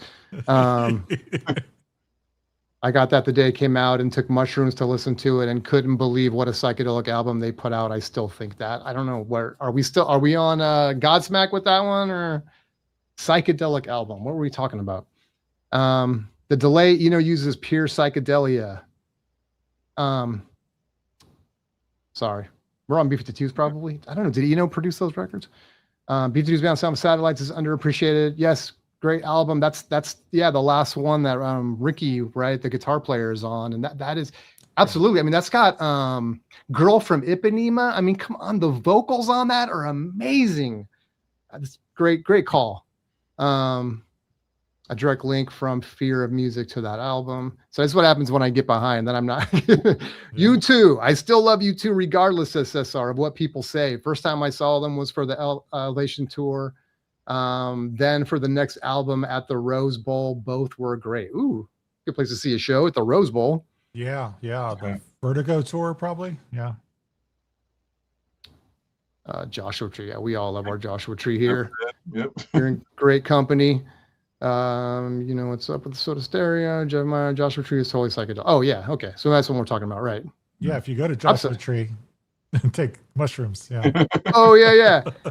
I wanted to go there so bad because I lived in Arizona for about a year and we drove there and back. You go right through the Joshua Tree Forest, and we just never had the opportunity to like stop and stuff. Because I'd seen some great. In fact, you could appreciate this, John. Is that there's this guy that I followed on Instagram that would take photos.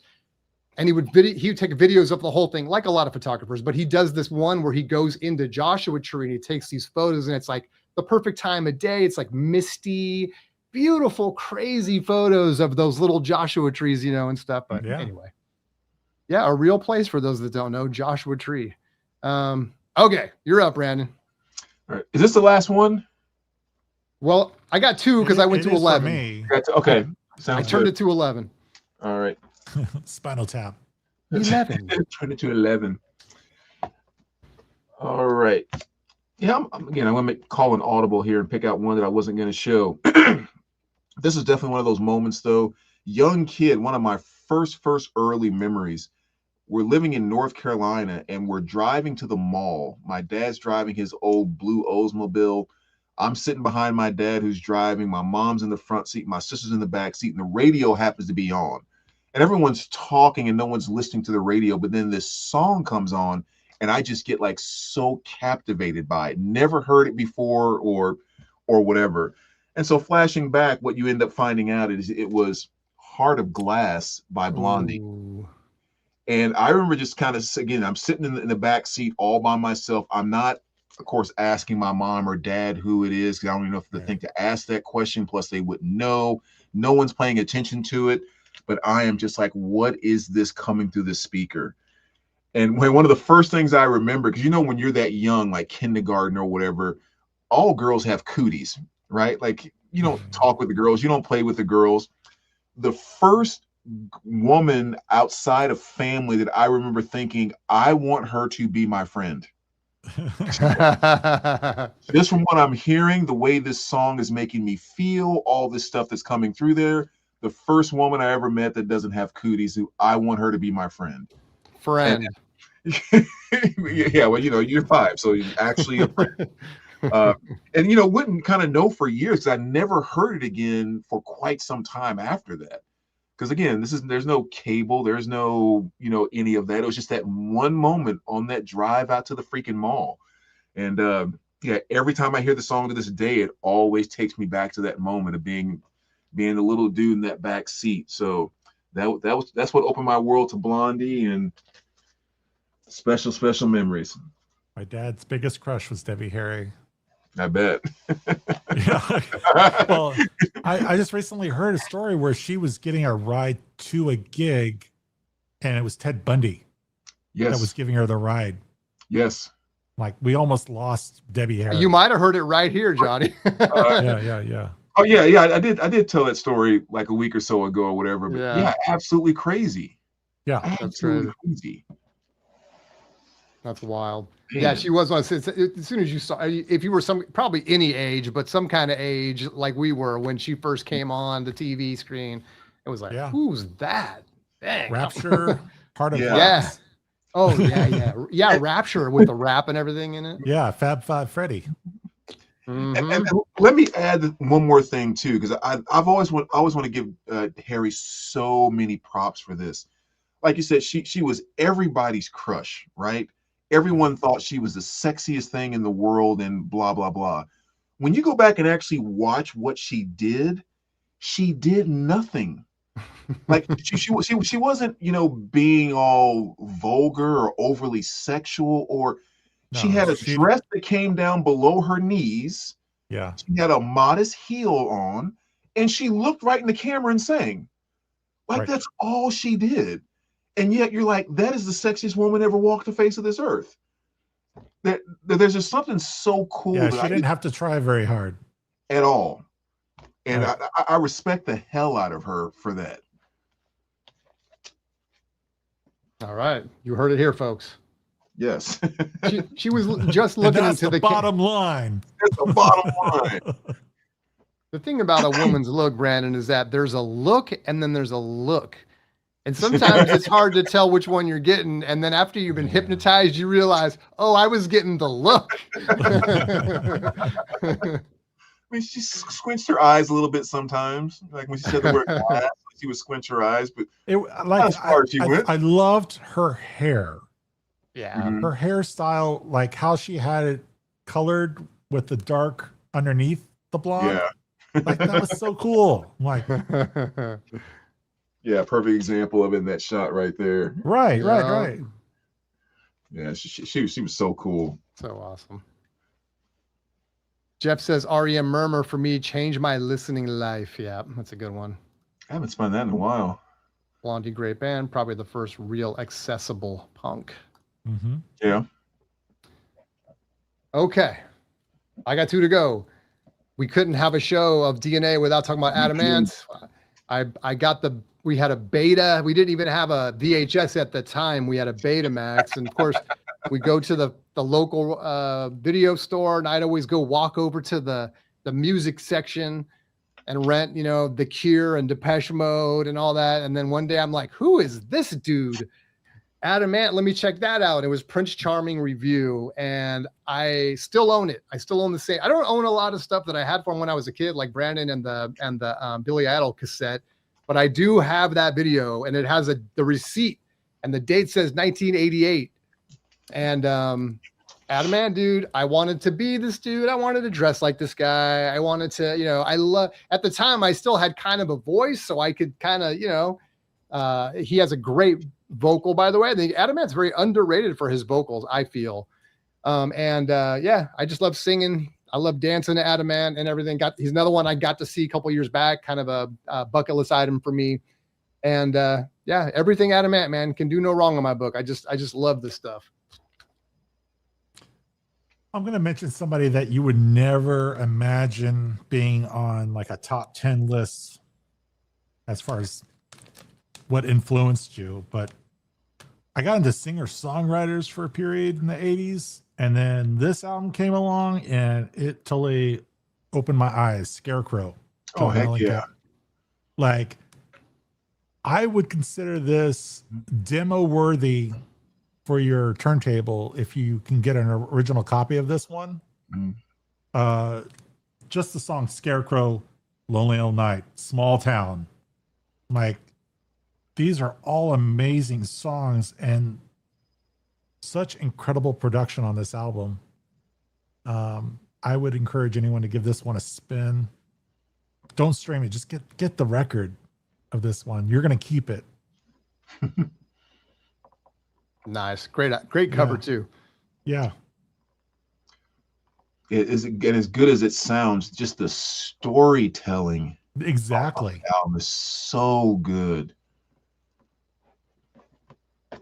That's cool. And I love how you have the original price tag on that too. Those big tag, old the barcode. $8.27. Yeah. I love it. That's beautiful. But it's like my grandparents lived in a small town that looked like the video. And so I was listening to that album while we were visiting them once. And I was like, oh my God, I am in a small town. And everything just resembled what John Mellencamp was saying. That's awesome. So great. yeah, the lyrics on the album just like literally give me chills. Like, Yeah. like there's so many I could go through, but that's your pick, so I won't overdo it. My turn. Yep. Yes, sir. Bam. Houdini. Houdini. Let's go. Surprise, surprise. Let's go. Excuse me. Still to this day, one of my top 10 hip hop albums of all time. I mean, I don't know what else can I say about it. I haven't said a million times before. Just love the fact that this album brought so many elements of what made hip hop fun and exciting at that point in time. Like a good chunk of this album, if it was just all instrumental, it would still be great to listen to. Just musically, it's so good. There's fun stuff, like the Freaks Come Out at Night, Big Mouth, stuff like that, and then kind of the stuff I was saying about EPMD earlier, where there's a little more of an intense element to it with songs like We Are Houdini and 5 Minutes of Funk, where not necessarily serious, but it's kind of a little more. I don't know, just a little more on the cool factor or whatever. Yeah. And so you're still kind of bringing in the break dancing and kind of b-boy element of things. It was this album just so summed up that early to mid 80s, what made rap, hip hop, break dancing, and all that stuff so freaking cool. You know, just grab a pair of red parachute pants with some black zippers and get a nice piece of cardboard. Throw that bad boy on right there, and you just had a good afternoon right there, man. 100%, dude. So good. Again, one of my top 10 favorite hip hop albums of all time. So that's well into my DNA right there. Yeah, I love that. I remember the video for Freaks Come Out at Night, but also we went to the theater to go see Jewel the Nile. And that's on the soundtrack, right? And I'm the only one in my family that's like, yeah, this is awesome. They're like, Freaks Come Out. You know the song? So good. I was so close to pulling that one, dude. So sorry, let me reset every once in a while we got to reset the camera again. Yeah, I think the thing about that, and you nailed it in terms of like how it's, I don't know what you want to call it, more mature. What I think it might be is the same thing, at least for me, the same thing like, oh man, who's the band that did No Parking on the Dance Floor? Midnight Star. Midnight Star. Oh yeah, it's Midnight Star, Houdini. I'm spacing on all the names now, but they were a little bit more adult in the sense that I think they really borrowed from like, in fact, see, I get to the 2 hour point, I start losing my mind. Thomas Dolby did the music and produced the song for Houdini on their first album called Mr. Magic's Wand. I think they learned from that, and I think they're mature in the sense of the way they construct their songs and some of the musicians, rather the instruments that they use. Mm-hmm. And I would say the same thing about Midnight Star. I'd say the same thing about a couple other bands if I could think of them. But anyway, when you said that, it made me think of that. I just think there was just something a little bit more in the construction and I don't know, that made it feel more adult-like because they knew how to use those techniques from early eras and bring it in.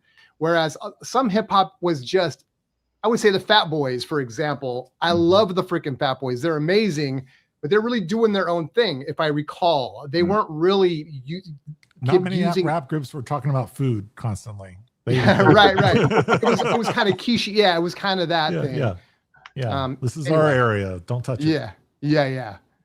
Okay, you guys can have the food thing, all right?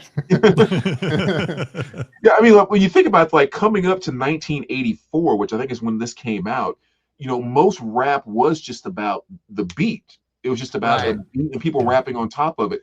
They hadn't started to get as musical as Houdini was getting on this particular album, which, like I said before, you could take out most of the lyrics and it's still a fantastic album to listen to. Mm-hmm. Yep, 100%. 1980 Talking Heads Remain in Light. Holy cow. Ultra intelligent art rock. Brian Eno's DNA is all over it. Speaking in tongues. I put those two neck and neck. It's hard for me to pick one. Talking Heads also changed my life. I think either Fear Music or Remain in the Light, my favorite. Saw Adam Ant at my college, Seton Hall on Strip Tour, one of the best performances. Sadly, my friend saw him this past weekend. He says almost embarrassing how bad he was. That's sad. Wow. Yeah. I mean, I just saw him a couple of years ago and he was like 70, and it wasn't the old Adam Ant. He was being very He ginger. wasn't doing and, goody two shoes, right? Like jumping. Yeah, no jumping, no dancing and twirling and all this stuff. Yeah. And the band is very loud. His vocals weren't coming through that much, but you're seeing Adam Ant at this point. It's kind of like you just go because you're probably your last chance. Right. Talking Heads were obviously very influenced by Eno's first 4 albums, which if anybody hasn't heard, those need to hear those. They're a blueprint of new wave music from Bowie and Talking Heads. I mean, Talking Heads are phenomenal. Yeah. No produced both of them. Produced both of them. 1980, Adam Ant, Kings of the Wild Frontier, another great album. I stayed on my turntable forever. I was a new romantic at the time and even wore puffy sleeve shirts to the clubs. Hell yeah, baby, let's go. I told the story where I tied the all I wanted was a pair of leather pants, but my mom wasn't going to buy them for me. But I would still tie the bandanas, from my belt loops so they hung down, look a little bit like Adam Ant. And I just got laughed at. So yeah. I couldn't pull it off in the same way he does. Hip hop was really a version of experimental music. Yeah. Especially at that time. Like keep some of those bands, like you say, like Houdini and others had the music. I would say Midnight Star, another one where it's like the music is the thing. Like the rapping is almost secondary. Right. Hadn't really figured out the whole flow thing and stuff, right? Which kind of came a little later. Car Trouble, my favorite Ed Man. So now you're going way back. Yeah, you're going way back. Dirk Wears White Socks. Okay, here's my last one. This is my 11th one. I had to have a what do you call it? We had 10. We picked one more. That's my mention. My something. Honorable mention. Honorable mention. Honorable mention. Yeah. Woo. When steam starts coming out of my your baker's dozen, right? Yeah. Yes. Number 13, an electric album called Plaid. Name of the band is called Plaid. They fall under the subgenre of EDM called IDM, which is the same sort of genre that Boards of Canada falls into. If people have heard of Boards of Canada. And this is one where the reason it's part of my DNA is because I was really into electronic music, the new stuff, like not so much techno, but like the different kind of slower genre, more like structured more like songs as opposed to just a beat going on and on and on. And in the 90s, you could pick up a lot of records that would have a bunch of different bands on them, CDs, right? It wouldn't just be one band, but a lot of people that were putting these DJs would just pop them in and play them at clubs and stuff. And I loved those things. And then at some point in the late 90s, I had an itch. So I went into like Amoeba Records in Berkeley and I'm like, I'm just going to flip through the electronic music and just see something that jumps out at me. And this jumped out at me, man. This green cover with this like kind of a makeshift art installation of like a ray gun kind of thing with the like TV, old looking TV. I don't know. It was like the Jetsons to me. I just loved this. I'm just going to buy this freaking CD and go listen to it. Yeah. And I'm so glad I did. I've seen Plaid perform twice, once in San Francisco, once in Portland, Oregon. I've just started trying to build a vinyl collection of their stuff, which is no easy task. The stuff is pricey. A lot of it's hard to find it in the US, but this is their first album. It's called Not for Threes. And it really kind of started my, getting into like The Orb and Orbital and 808 State and all kinds of different electronic stuff, which is kind of a whole side life for me that I actually love this stuff. Typically have never owned it on vinyl, but I decided I'm going to go for the Plaid discography. So anyway, that's why I have this. I wanted to show it. And I just love Plaid. And it's, again, it was just one of those moments where I was just sometimes, especially when I was younger, you're just sick of everything. And hit me with something that I'm just going to, I literally bought it because of the cover, had no idea what it was going to be and just fell in love. So there you go. Part of my DNA now. Have you ever, either of you ever seen a opening act blow the main act off the stage? It's funny you say that. I was just thinking about, okay, you go ahead. Yes. Okay. So in 1987, I get my dad to go take me to see Motley Crue, Girls tour. Like, I was surprised that he got the tickets. He didn't know who the band was or what they were about, but he heard Girls. He's like, oh, this could be fun. So we go to the Lakefront Arena in New Orleans, and this band comes on stage, and never heard of them before. Absolutely killed it. Everyone's like begging for more. I'm talking about Guns N' Roses.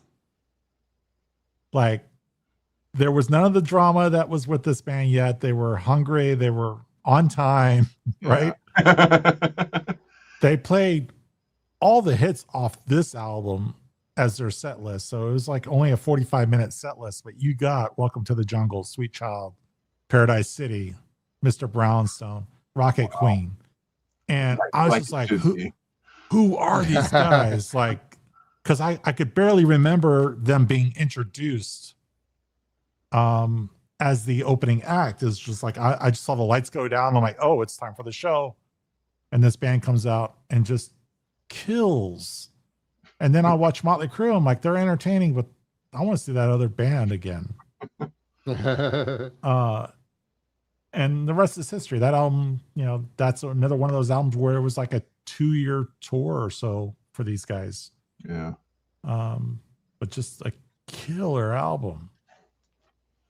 And one of those albums too that just kind of like was so influential, it really shifted music from that point forward.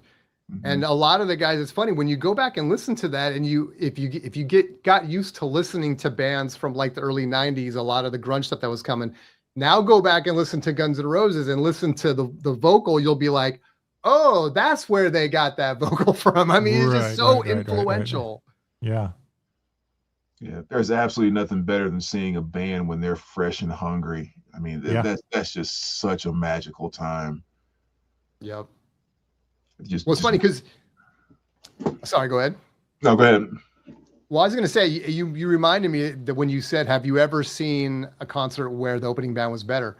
I was having a thought earlier, and I thought, man, this might make a good conversation, which was, and I don't know, I kind of want to get your guys' thoughts on this. I was thinking about all the live shows that I've been to and the ones that stand out to me, the ones that I have like real good memories from, because I feel like, yeah, okay, I've seen Depeche Mode, The Cure, the B-52s, I've seen the English Beat, I've seen Devo, I've seen, just to name those guys, but then I've also seen like, you know, the Grateful Dead and Eric Clapton and, you know, whatever. I'm like, which ones do I really have memories of? And it's always like, I think, well, yeah, okay, I went and just saw Journey and I loved it, but I couldn't really tell you all the songs. And it was fresh. It was like new, and it's still already kind of wearing off in terms of like my memory of it. Yeah. So I want to know, like, how strong are your memories from the live shows way after the fact, and the ones you remember? And I'll give an example. The ones I remember were always when there was something unusual that happened. Because when I think about a concert and I think like, oh, I remember this moment, like when I went and saw Cherry Poppin' Daddies at the Fillmore in San Francisco. Then the band that opened for them was called the Big Six, which was like a rockabilly tribute band almost, you know, and it was like Elvis and a lot of echo on all the original hollow body guitar and the double bass and everything.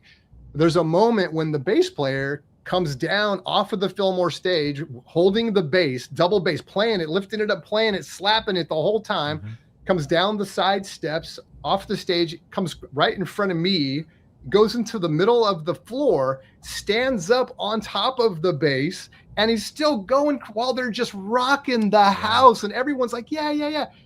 That's the moment I remember. Eric Clapton played an amazing solo and just blew my mind. I made the comment, everyone was levitating in this spiritual moment, and just like, it was insane. But this only moment I really remember from that show. I saw The Cure back in 1989 for Disintegration, and the moment that stuck with me is at the very end, some kid runs up on the stage and hugs Robert Smith, and Robert Smith just drops the guitar. And so we got like painful feedback until they like turned the volume down on it. Right. That's the moment I remember. So I want to know, when you think back to those, am I crazy? Am I the only one? But it's those moments. There has to be something, some strong thing that gets in my head. It's not choreographed, and that's what you remember. Right. It's authentic in the moment, right? Well, and the guy walking down with the bass and everything. Yeah. He that's genius. This is what I started thinking about. If you're a band and you want to be remembered, do something memorable. Don't just stand there, because no one's going to remember you in like another month. And so anyway, you guys have been to ton shows, way more than me. I mean, the ones you remember, am I on track here a little bit? Oh, you are. Yeah. I think about, I was actually working the show. I was shooting U2 for the Songs of Innocence tour, I believe. They were launching it in Vancouver. So I drove up for the first 2 dates of the tour to do photos for the band. And I'm shooting the whole show. And at the very end, the members are all walking off on this like big old ramp and then going down into the underbelly of the walkway to get out of the arena. But I became a distraction for the Edge. He was focusing on me taking his picture and not looking at his footing, and fell off the stage. And all you hear is the headstock of the guitar break off. Oh my gosh, dude. And I almost dropped my camera in the horror that I almost may have killed the Edge or ended the tour on night 1, right? I'm like, oh my God, I will never live with myself. And all my photojournalism friends in Seattle lit up my phone. I'm like, what did you do? Because I posted the photo before and after where Edge is there 1 minute and gone the next. And you see Bono going, dude, please post Where's those my on guitar Instagram. player? I have to see those. Yeah. Oh, man. It's a running joke up in Seattle. It's like John almost killed the guitar player for U2. Oh my god! With his camera. You would have lived forever in infamy. Yeah. It's not like I threw the camera at him though. I just distracted him. I think there may have been a glare off my lens or something. 100 flash pops to the face was a no flash. Yeah. Hey, he was the one that was trying to pose for the camera. I was just holding it. That's right. He's like looking mysterious. Yeah. With his delay. He's like, get this one. Spreads the legs, Yeah. Yeah. Man, that's hilarious. There you go. That's the moment you remember from that, right? So yeah. Just like the Tom Petty moment, right? Yep. Oh, man. What about you, Brandon? Not intentional that I'm trying to say all my memorable moments were because of me influencing the artist. I know. What the heck, John? Yeah, you only go to these things because you want to take. So I saw the Experience Hendrix tour with all these all-star guitar players, Buddy Guy, Zach Wild, Dweezil Zappa, all these dudes playing tribute to Hendrix. Zach Wild, like you say, goes off script and goes into the crowd to play his guitar solo and walks up to people and encourages them to hit the strings as he's doing the neck thing. And all these people are getting this freaking core memory forever in their head. 100%. I played Zach Wild's guitar for a second while he was fingering the neck. Yep. It's stuff like that that's really cool. Yeah. Yeah, I mean, like a few of those moments that kind of stick out in my mind is who's the lead singer for Shinedown? Totally forgetting his name. Oh gosh. But I know what you're talking about. Yeah. Yeah. I mean, amazing voice. It's one of the most powerful voices. And just like everybody else, he's one of those guys that's like this freaking tall. Is it Brent Smith? I Yes. think that's right. That Yeah. sounds right. Like 2 shows that I've seen with him where he's done exactly that, where he's hopped off the stage and like doesn't even walk around. But one time we were in a stadium that had actual aisles, and he walked all the way down the aisle performing a song up into the grass area while he's performing the song across the grass area and then back down the aisle to the other side to get back on the stage. Another time I saw him, there was no aisle, it was just a pit and standing room only. and he hops off the stage and walks right down the middle of the pit, and like it's just got it spreading like the wave. And I'm standing back near the control table or whatever.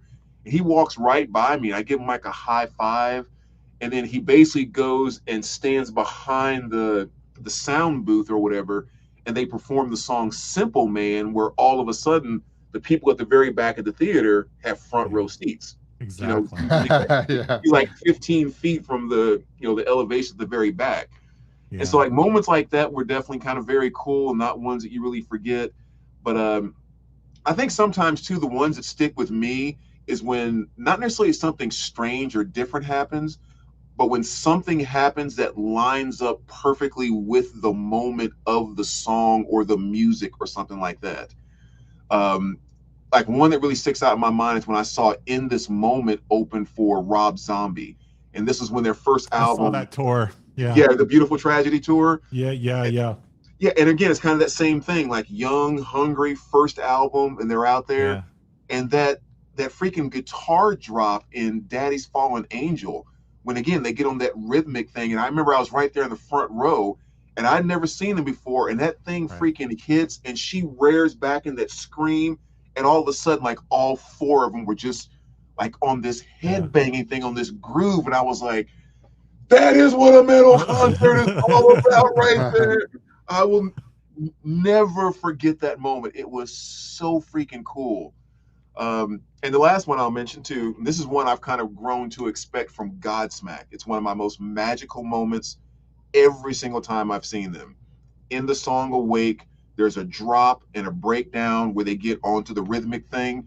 And whenever they do it, the light guy is always doing the strobe to the rhythm. Yeah. And it's like whenever I know that part's coming up, I literally brace myself and say, take it in. Here it comes. Here it comes. Yes. Yes. Okay, now I can go home. Never. Yeah. So those type of moments are the ones that always just kind of get with me, where it just seems like that's what I've always felt in that moment. And here is the band and millions or thousands of people or whatever actually experiencing that moment in the same way. Yeah. I love that. I was front row at a Cheap Trick concert right in front of Rick Nielsen, and I had no idea what his shtick was other than having all these weird multi-neck guitars, right? And he comes out and people are like, pick me, like, give me a guitar pick. And he just splatters all these guitar picks right in our faces. And I was like, if you didn't leave with at least 6 guitar picks, you're a loser. I'm like, this is so awesome. I still have them. They're like in a container off to the side over here. That's awesome. Cool. That's cool. Yeah, I always think of the one too, Brandon. You talked about going to see Kiss, right? And then feeling like you were in the Alive 2 gatefold, basically. Yeah, I mean, the fire. Yes. That's cool. That was the awesome one too, because all the times I've seen Kiss, they didn't do this every time, but this is the one where they had, the risers and everything that took place and the fireworks going off. And but when the flag drop in front of the drum riser. Yeah, the golden lions or whatever with the red eye. Yeah. Oh my goodness, man. It was just like, holy cow, I am in the Alive 2 cover. And that was the first time I'd ever seen him. And when you described that, I was like, oh my God, he's right. They recreated Alive 2. Jeez. Smart. Yeah. I mean, that's I'm sure an intentional thing, right? Like all those when I saw them on that tour, Motley Crue was the opening act. And I was like, oh, this is embarrassing. Yeah, that was a good tour. I went and saw Ozfest. Oh, go ahead. No, go ahead. I was going to change the subject, so go ahead. Oh, okay, real quick. I was just going to say that the last one I'll mention is that I went to Ozfest 2 years in a row. I think it was 89 and 90, something like that. And the two things I remember are, one, Rob Zombie jumping off the stage and running all the way to the back with the microphone all the way up. And this was at like Shoreline, it used to be called Shoreline Amphitheater. And all the way to the back fence and then all the way down the grass, all the way back and everything. It's like, again, coming off script, it was a cool moment for everybody. And you can see them on the big screen too, where they're like showing but you're also watching them go by. And then the other one was one of the shows when Black Sabbath closes out those shows, obviously.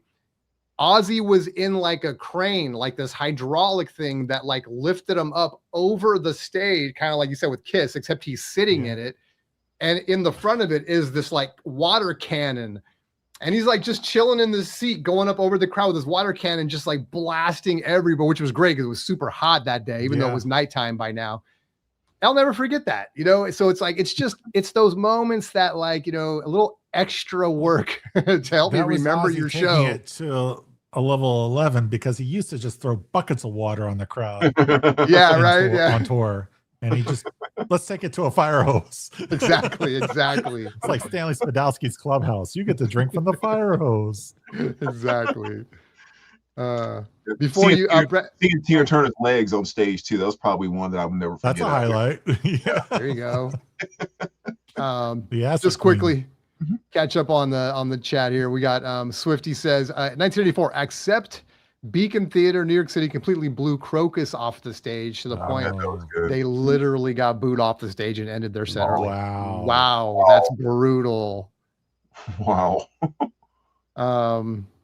Michael says Shaka Khan and Rufus got a bit overruled by Heatwave. Ooh, both great. I mean, Heatwave were fantastic. Even Shaka acknowledged it. Ooh, yeah, I could see Heatwave just blowing anybody away.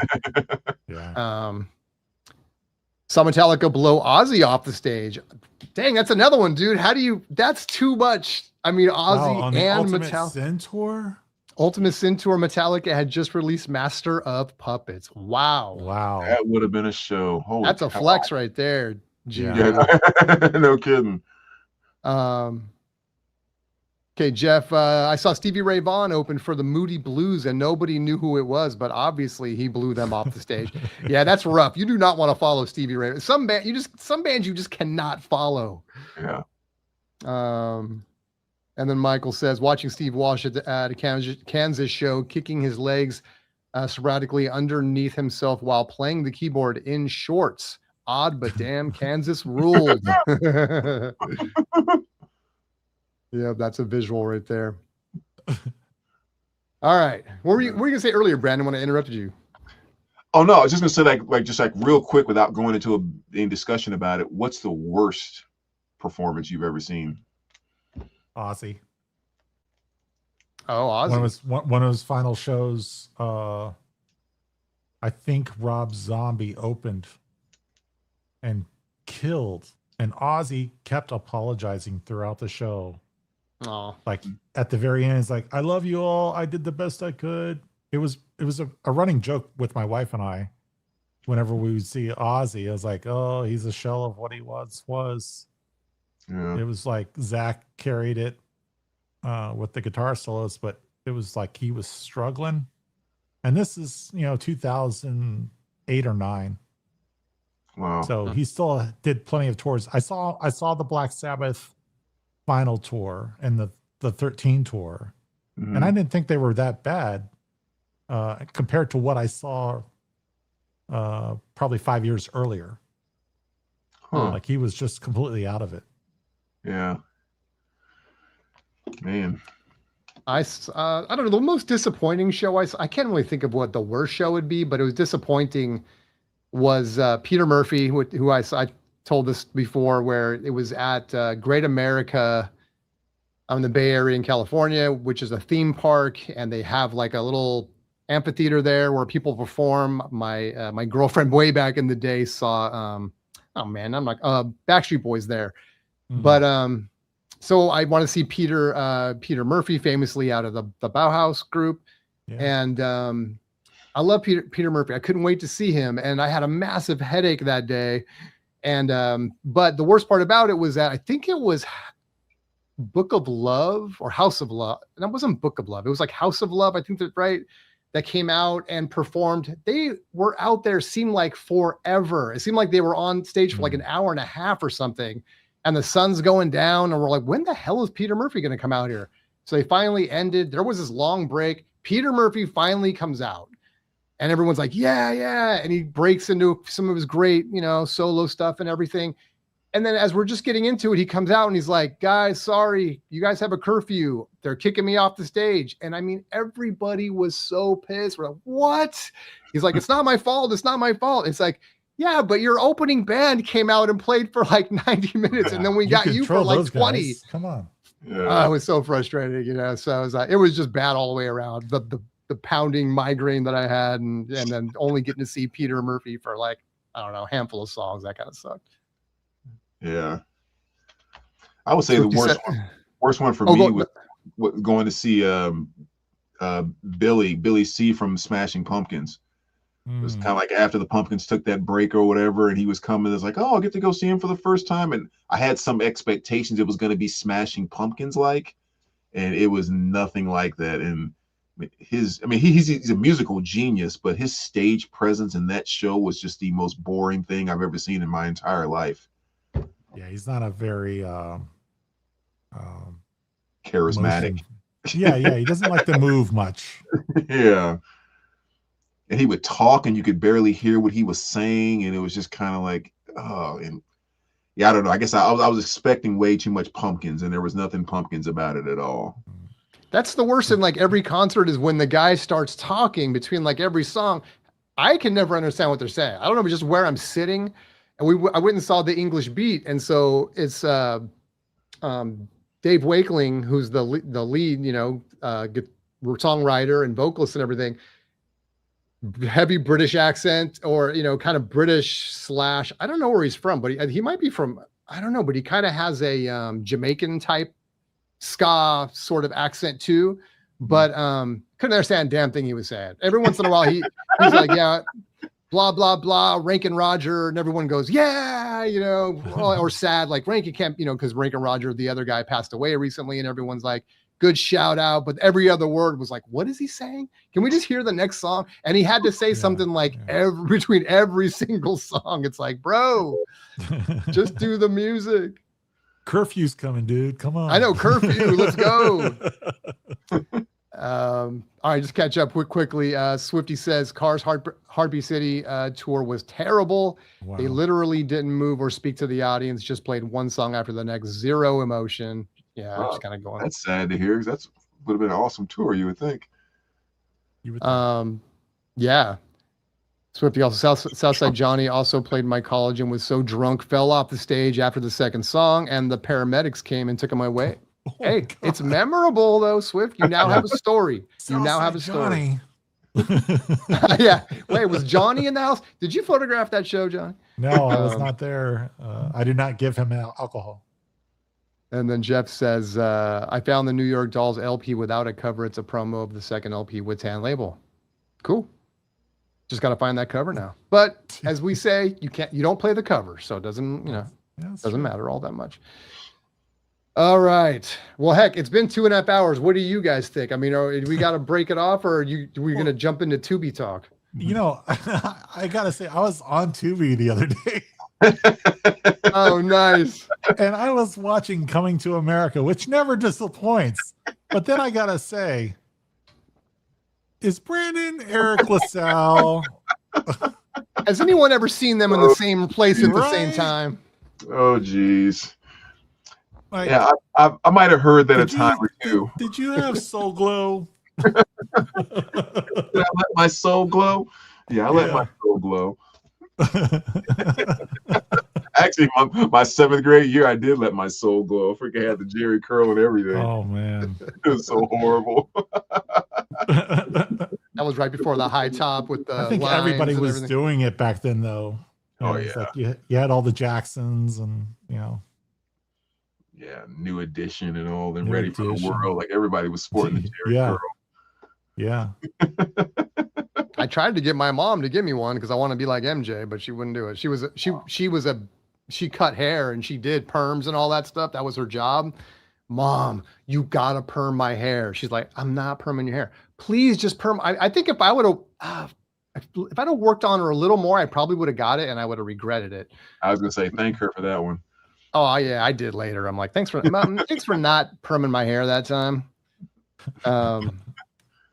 Swift says, I think you should start a Battle of the Network Stars appreciation channel. I think we should do a Battle of the Network vinyl community or something like that. Battle of the vinyl community stars. Not saying we're stars, but I'm just saying. Up next, John Fever is going to distract people. And Mr. Hall of Fame takes the lead. I'll be the Howard Cosell. How's that? Yeah. Coming in with the Godsmack. Coming in with the Godsmack. He's running a spin class. Yeah. There you go. Climbing For the bike race. Yeah, you can plan the music for the bike race. Oh, man, that's good, Swift. And you just come out with a whammy. Yep. It's a whammy. I'll just come out with a stack of whammies like frisbees, just chopping people up with them. Whammy. Yeah. Like that game, No Whammies. No. Today we got the whammies. What was it? Press Your Luck. That's what that was called. Yeah. That game, yeah. No whammies, no whammies. Stop on a whammy. No, we want all the whammies. Take all their freaking money. I jumped on 2B2 a little bit. I was trying to see if, oh man, can I get into this? Brandon's watching all the Tales of the Crypt. I kind of want to get into this. Right. First one I put on had the girl in Back to the Future that plays Michael J. Fox's mom. I don't know her. Thompson? I don't know her. Is that her? Yeah, she was in and she plays like she has like this Bronx accent. I think she's like a prostitute or something. It was really weird. She ends up killing a guy at the very beginning. I'm like, dang, we're not in Kansas anymore. Yeah, that was the one where she took a plaster of her face into that pawn shop, and the guy paid her $10,000 for her beauty, but she had to come back and get it in 90 days.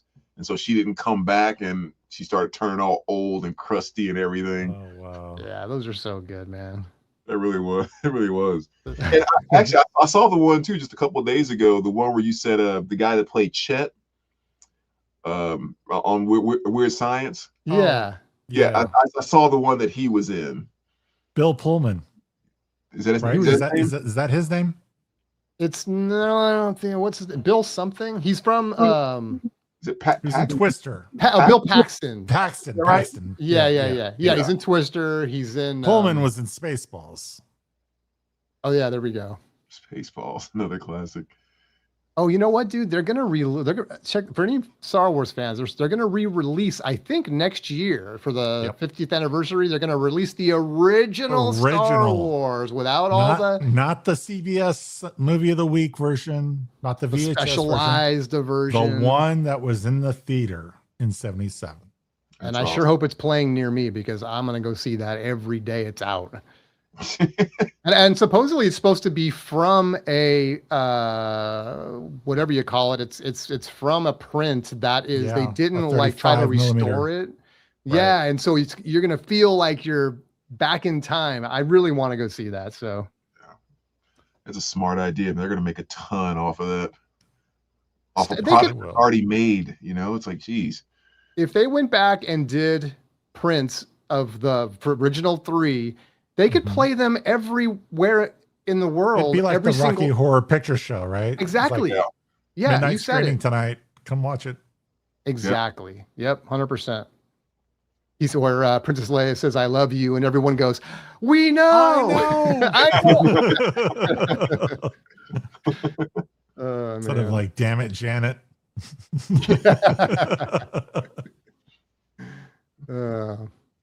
So has it been just Tales of the Crypt or anything else? I didn't go on anything new this week on Tubi.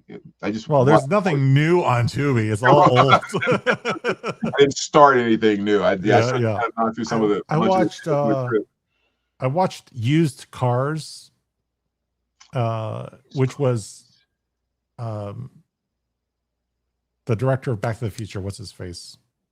Zemeckis or something. Yeah, Robert Zemeckis and Bob Cole's first movie together, and it doesn't hold up well. Like you're sitting there, it's like, how did these guys ever get a career from this? I think I actually started that movie and couldn't finish it. Yeah, I was kind of like, it wasn't good. It wasn't Kurt Russell's best. Tubi, dude. Can we get bring up the Tubi? Tubi app. Yeah, or just is there like here we go. To be or not to be. To be. Let's do this. Why not? we've already converted one person, Tubi, who needs to sponsor this show, by the way. Let's see if we can get some more. Let's do this. Through the magic of technology. Got to click on the right buttons. Share screen. Share screen. To be or not to be. There we go.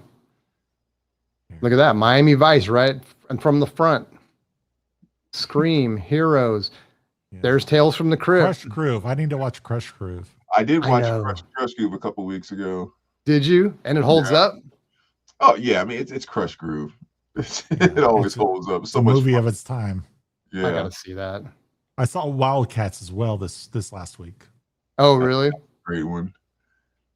You know, the one thing that ticks me off most about Wildcats, which is not even the movie, like on the soundtrack, they don't have the Wildcats rap that they do at the very end of the movie. Right. Which was supposed to be a play on the Super Bowl Shuffle. Right. How could that not be on the soundtrack? That was the best song on the entire freaking movie. Wow. And it's like, I think it was not that on the soundtrack. A big break for LL Cool J to get the lead song on that.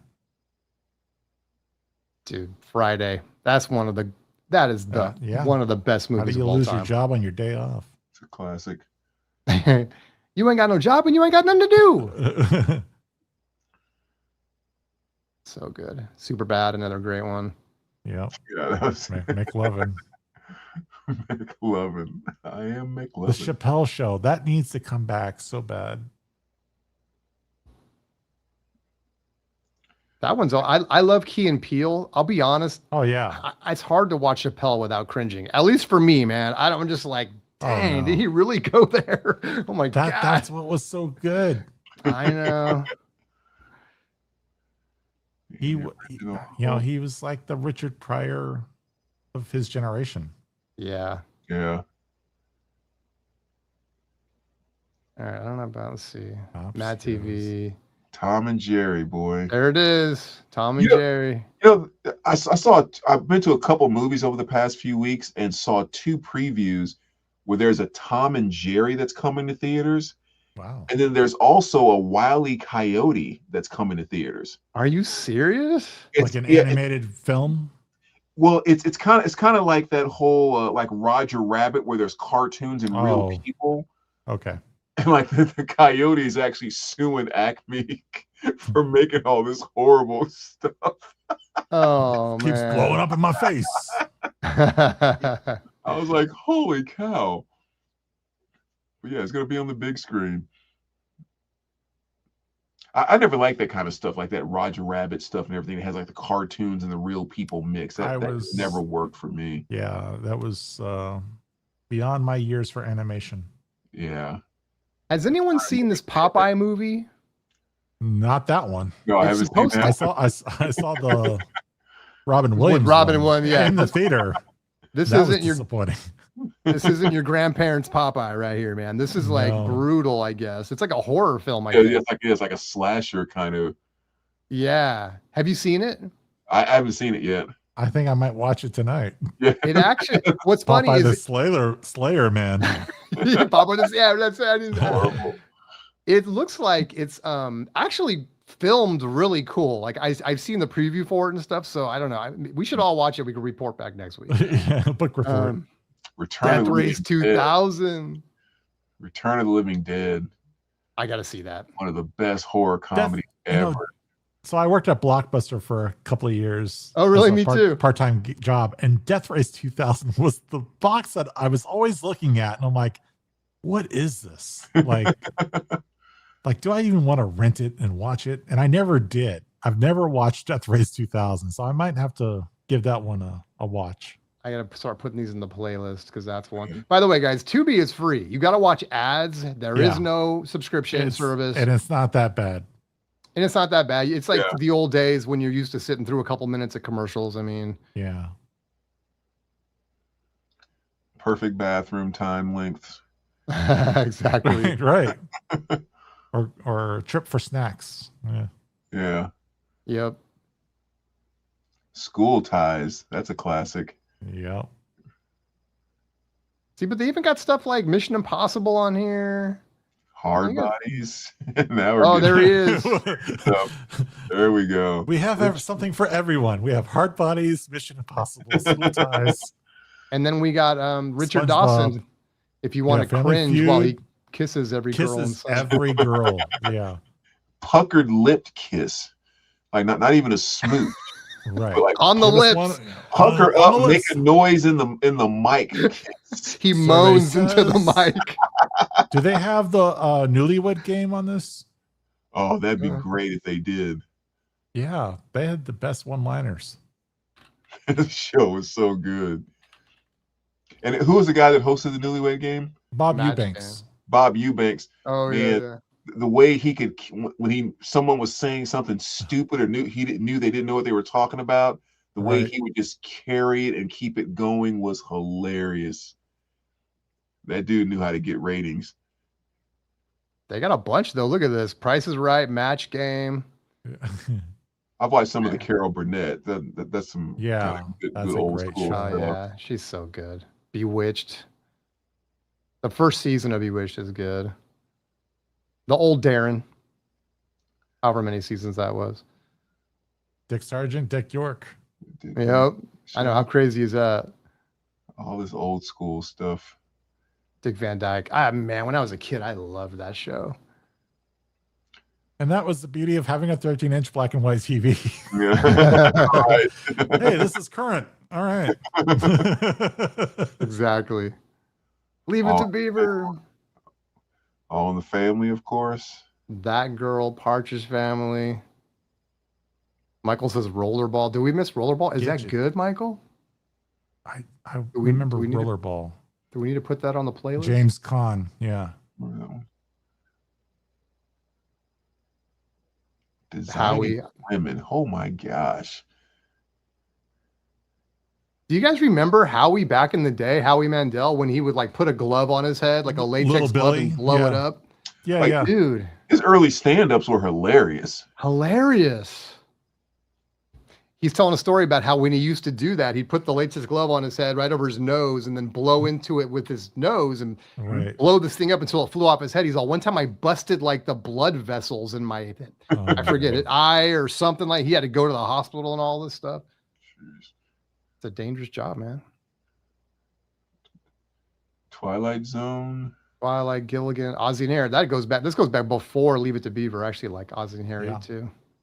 Green Acres. Holy Acres. cow. I used to watch that. Oh, I've not seen that in forever. is that one that you can actually go back to though? I don't know. I don't know. I may have to go watch 1 or 2 episodes and see, but probably not. What was the first what was the first inappropriate film you saw as a kid?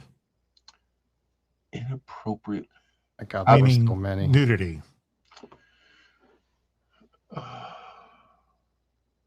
I was gonna say The Shining until you said nudity. Right. Well, there was nudity in The Shining. Oh yeah, that's probably it. That lady, the girl in the Yeah, in the tub, tub. and then she comes up, Yeah. and then she turns into an older lady, and Right. it's like, yeah, that was that movie. I should have never. I'm still traumatized from that movie.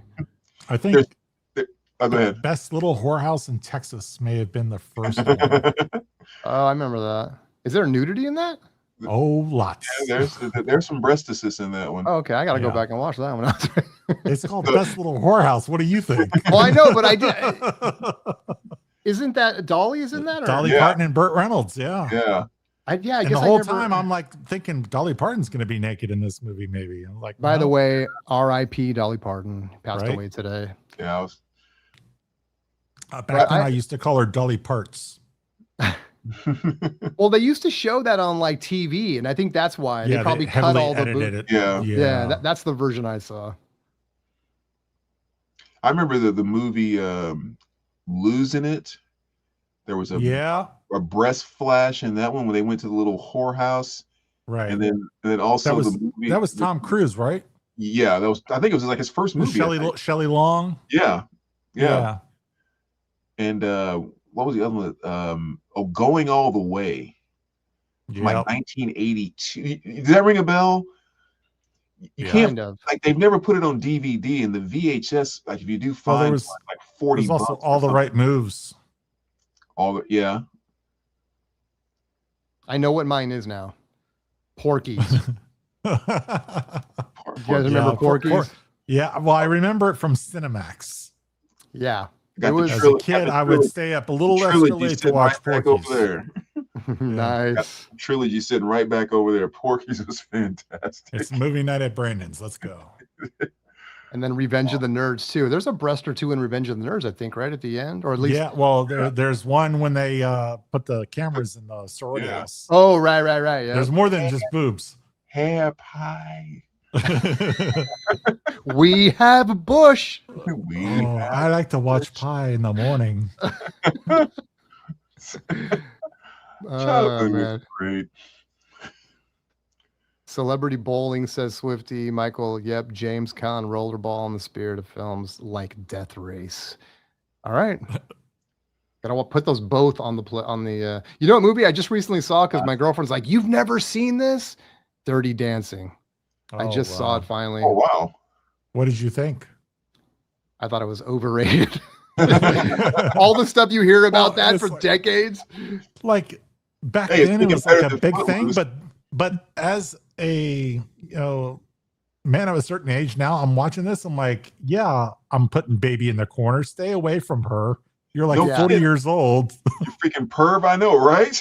yeah, all right. It's still better than Footloose, though. So, oh, take come that, Jason. on. I don't know. Footloose is pretty awesome. Footloose Thank is you, Johnny. horrible. Thank you. Holy Thank cow, you. Oh, it's so no. horrible. Wait, but do you have Footloose? No, in my 80s collection, that is You the won't one have Footloose it. in your. track and movie I do not and will not have. You will not have it. I'm That's a pissed off. That's a topic. I'm like, what movies will Brandon refuse to have? That's about the only one, man. Just Wow. whole idea that I What is it about Footloose that is just like, nope, I will not have that in my house? because if I get pissed off, I go somewhere and dance really hard. That's Wait. stupid. It's stupid. Oh, I thought you were talking about yourself. I'm like, wait a second. Is this too close to home, Brandon? Like, I just want to dance. And the religious people in this town won't let me hear. As dumb as every 80s movie was, that just took it to a whole nother level. It's so good. Pulls up his car and he walks back and forth all pissed off, and now I'm gonna dance. Like, Kevin take it Bacon down signed from my the copy of level. Footloose on DVD, by the way. Oh, he did? There you go. Yeah. He was performing with his brother as the Bacon Brothers in San Diego. And I got to have dinner with both of them at one of my friend's house who owned the venue. And so That's I cool. brought the DVD with me, and he was like, congratulations, you're now 1 degree of Kevin Bacon. Gas pump girls. Dude, what's happening? You know, That- I love that show. What's man. happening? Yeah. So good.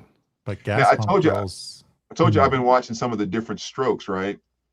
Add to my list. Yeah. Yeah. It actually holds up pretty well. That show Oh, is still okay. funny today.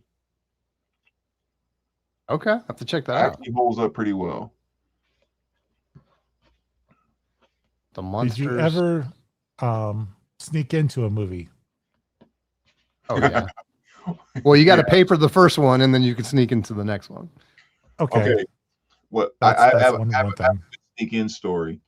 Parents drop us off, and this is like 6th, 7th grade, and we want to go see Down and Out in Beverly Hills, which is rated R. Yeah. So they won't let us in. So we buy tickets to E.T. yeah. So we It get was to a re-release. yeah, it was a re-release. So we buy tickets to E.T. and we go into Down and Out in Beverly Hills. And there's not that many people in there at all. Yeah. 10 minutes into the movie, there's this huge flash that takes place. All of the sprinkler systems come on inside of the theater. Whoa. I mean, just draining us with water. So, of course, they're going to refund everyone's ticket that was in Down and Out in Beverly Hills. They come out soaked. And we're standing there all like, we're supposed to be in E.T., but we were in Down and Out in Beverly Hills. That's what you get. They'll teach you to sneak into a movie. We're so gonna get it. But they did refund us. So I think my first movie I ever snuck into was Nightmare on Elm Street. Oh, that's a good one. Yeah. which is scary I as went- heck. I went back to go then, but it's see- comedy I want to say I went to go see Iron Eagle.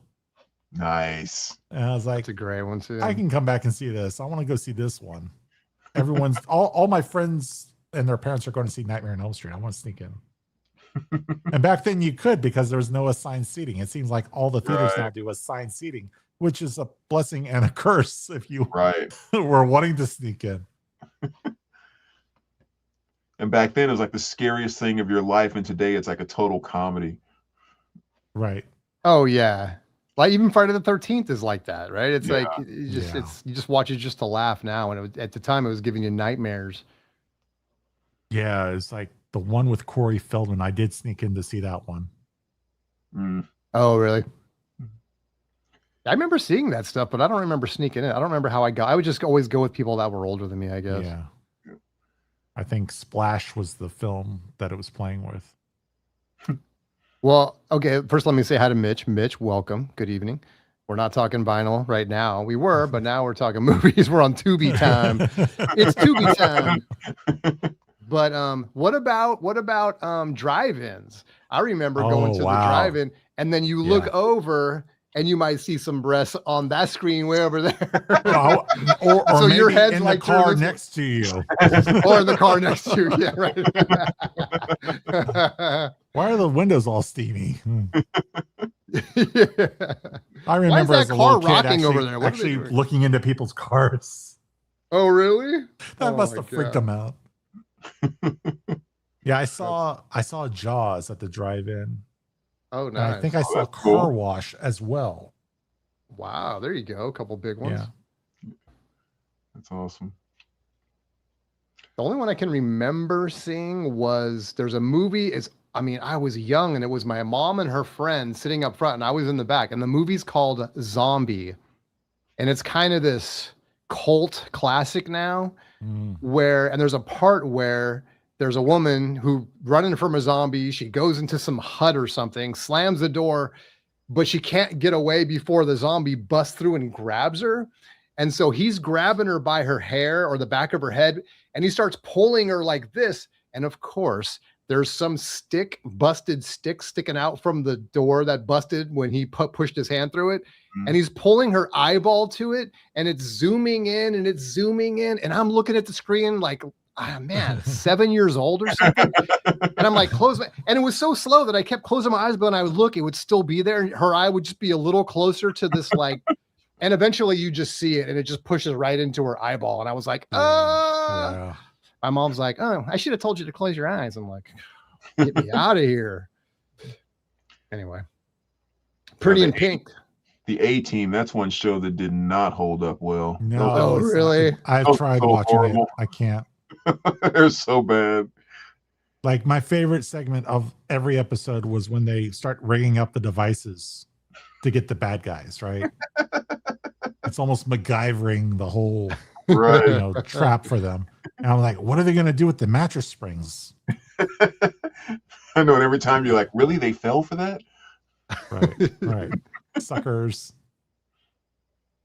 Mitch says, first movie I remember seeing at the drive-in was Jurassic Park. Oh, that's a good one. That first Jurassic Park, man, it's classic. That's really good. Yeah. Pretty in Pink, so good. What a soundtrack. Absolutely. Yeah. Chris, that's a great one. And movie. Molly I heard Ringwald. Night Ranger doesn't stand up very well either. Which one? Knight Rider. Night Ranger. Oh. I think that was pretty bad. Yeah. Yeah, it's funny, man. You love this stuff as a kid, but the thing is, I can't remember the things that get you excited when you're a young kid are completely different when you're an adult, right? And so you go back and watch, you're like, how did I ever like this? What the heck was I thinking?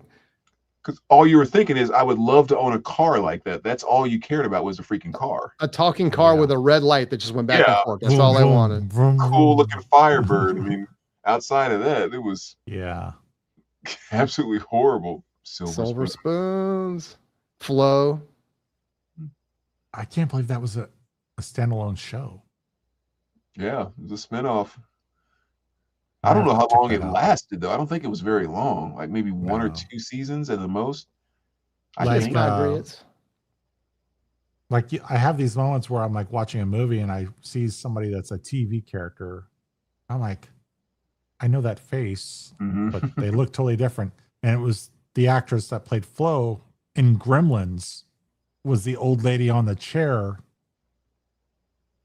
And she was in the bank giving the lead guy a hard time. Oh, Oh, really? I have Yeah. to go back and watch that. Gremlins is so good. The thing about Gremlins that I didn't remember when I rewatched it recently is just that's a horror movie, man. Like that thing is It like is a horror movie. Yeah. brutal. Dun, dun, dun, dun, dun, dun. Yeah, you think it's just a kid, whatever. It's just a bunch of gremlins running around. It's cute and all this, and it's like And it's like, don't feed them after midnight.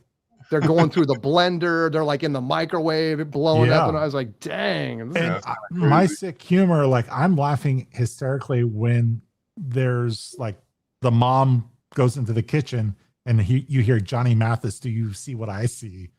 And it's just like, what the hell's going on in here? There's blended gremlins. And That's one of the cool things about going through so many of those tales of the crypt, since there were so many of them and every episode was completely Yeah. new and different. The numbers of actors and actresses that had some role in one of those episodes. like It's every tons episode. of them. Yeah, it's like anyone who was anyone at some point in time. It's like, oh, there's Whoopi Goldberg. Oh, there's Bill. Oh, there's It's like Battle of the Network Stars, but it's an actual pretty much. show. who was your first actress crush? While you're thinking of that, Brandon, let me just go through the rest of these comments. So we got Michael says, I was the steamy car you tried to look into. After all these years, I found you. Mr. Elliott, what are you doing? And then Chris said, I saw Night of the Living Dead at the drive-in. Couldn't see a thing. That would be a good one to see. Just subscribe, first time caller. Thank you, Chris. New Gremlins coming. No Dante. Chris Columbus will direct. Really? Okay. Is Phoebe Cates in it though? I know, right? Oh my gosh, Phoebe Cates. Well, there you go. You asked about Phoebe Cates was one of them. She was the one.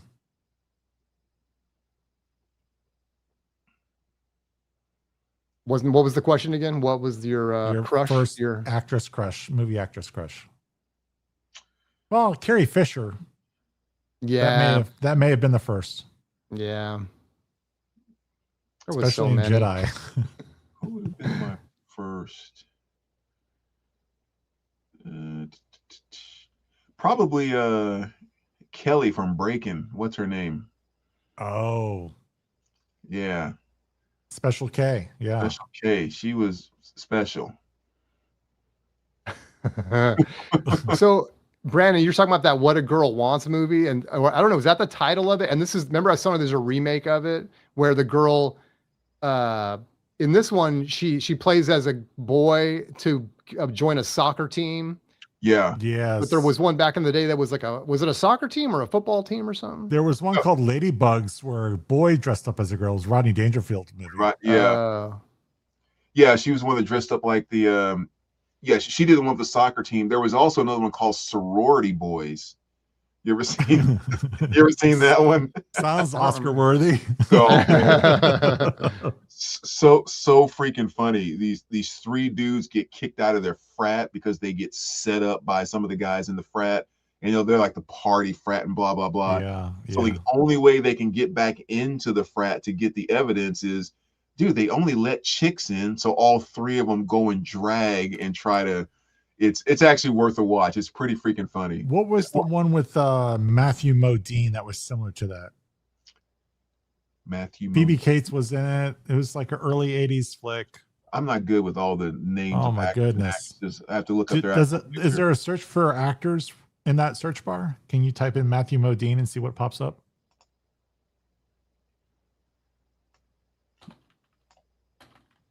Obviously Vision Quest classic, right? Oops.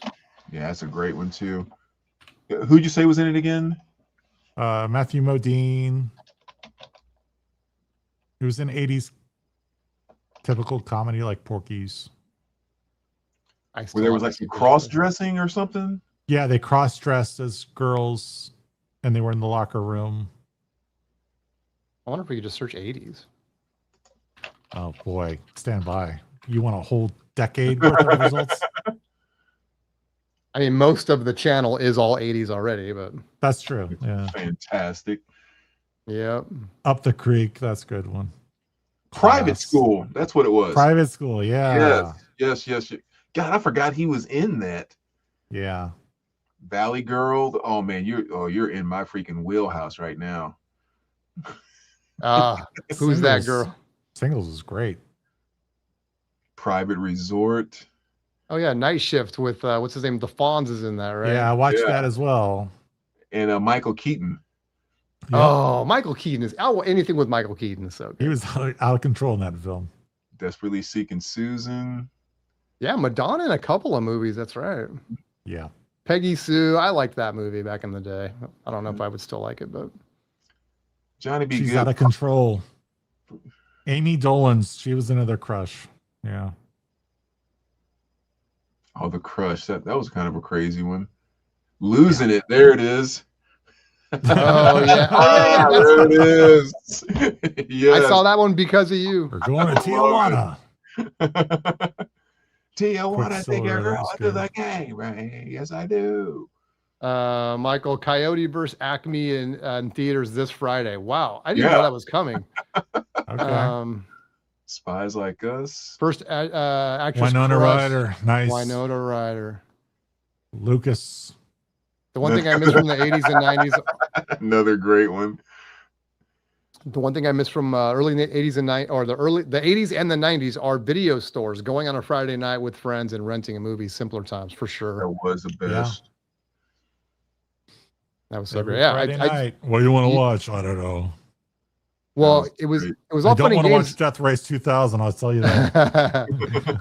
Well, John, you worked at a Blockbuster. I worked at a Yeah. Blockbuster. Oh, nice. Working there wasn't the best because you hang out till midnight and then you got all these people coming in late and then they want to, the computer didn't let you check in. It wasn't like you could do any, like if I scan your video and it's after midnight, you're getting a late fee. And how many times do people go, they come in, they spend an hour in the store looking for something. They come up to the counter and you go, oh, that'll be $18. And they're like, what? Oh, you have 2 late fees, and it just piss people off, man. The worst that I hated though is when they would come up to the Dropbox. Hey, could you check the Dropbox for this movie? It's not on the shelf all day long, and it's just full. And you're like, oh no, I gotta rewind all these tapes. or they would, people would bring in their movies and set them on the shelf, and so you'd have a whole roll of movies that haven't been checked in yet.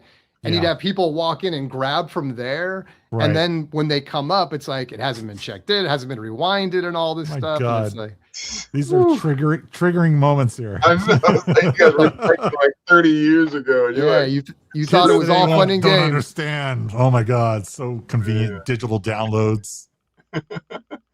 You guys don't know what it was like. Blockbuster had the chance to buy Netflix and they thought it wasn't going to survive. I know. People want to go to the store and look at the things. They don't want to just rent conveniently from home. But I love how you frame it, Mitch. The video store, not necessarily Blockbuster. How about because there's Hollywood Video too. Well, and just the mom and pop places, right? Where you go and they'd always have a curtain that was like adults only. And they had a certain smell.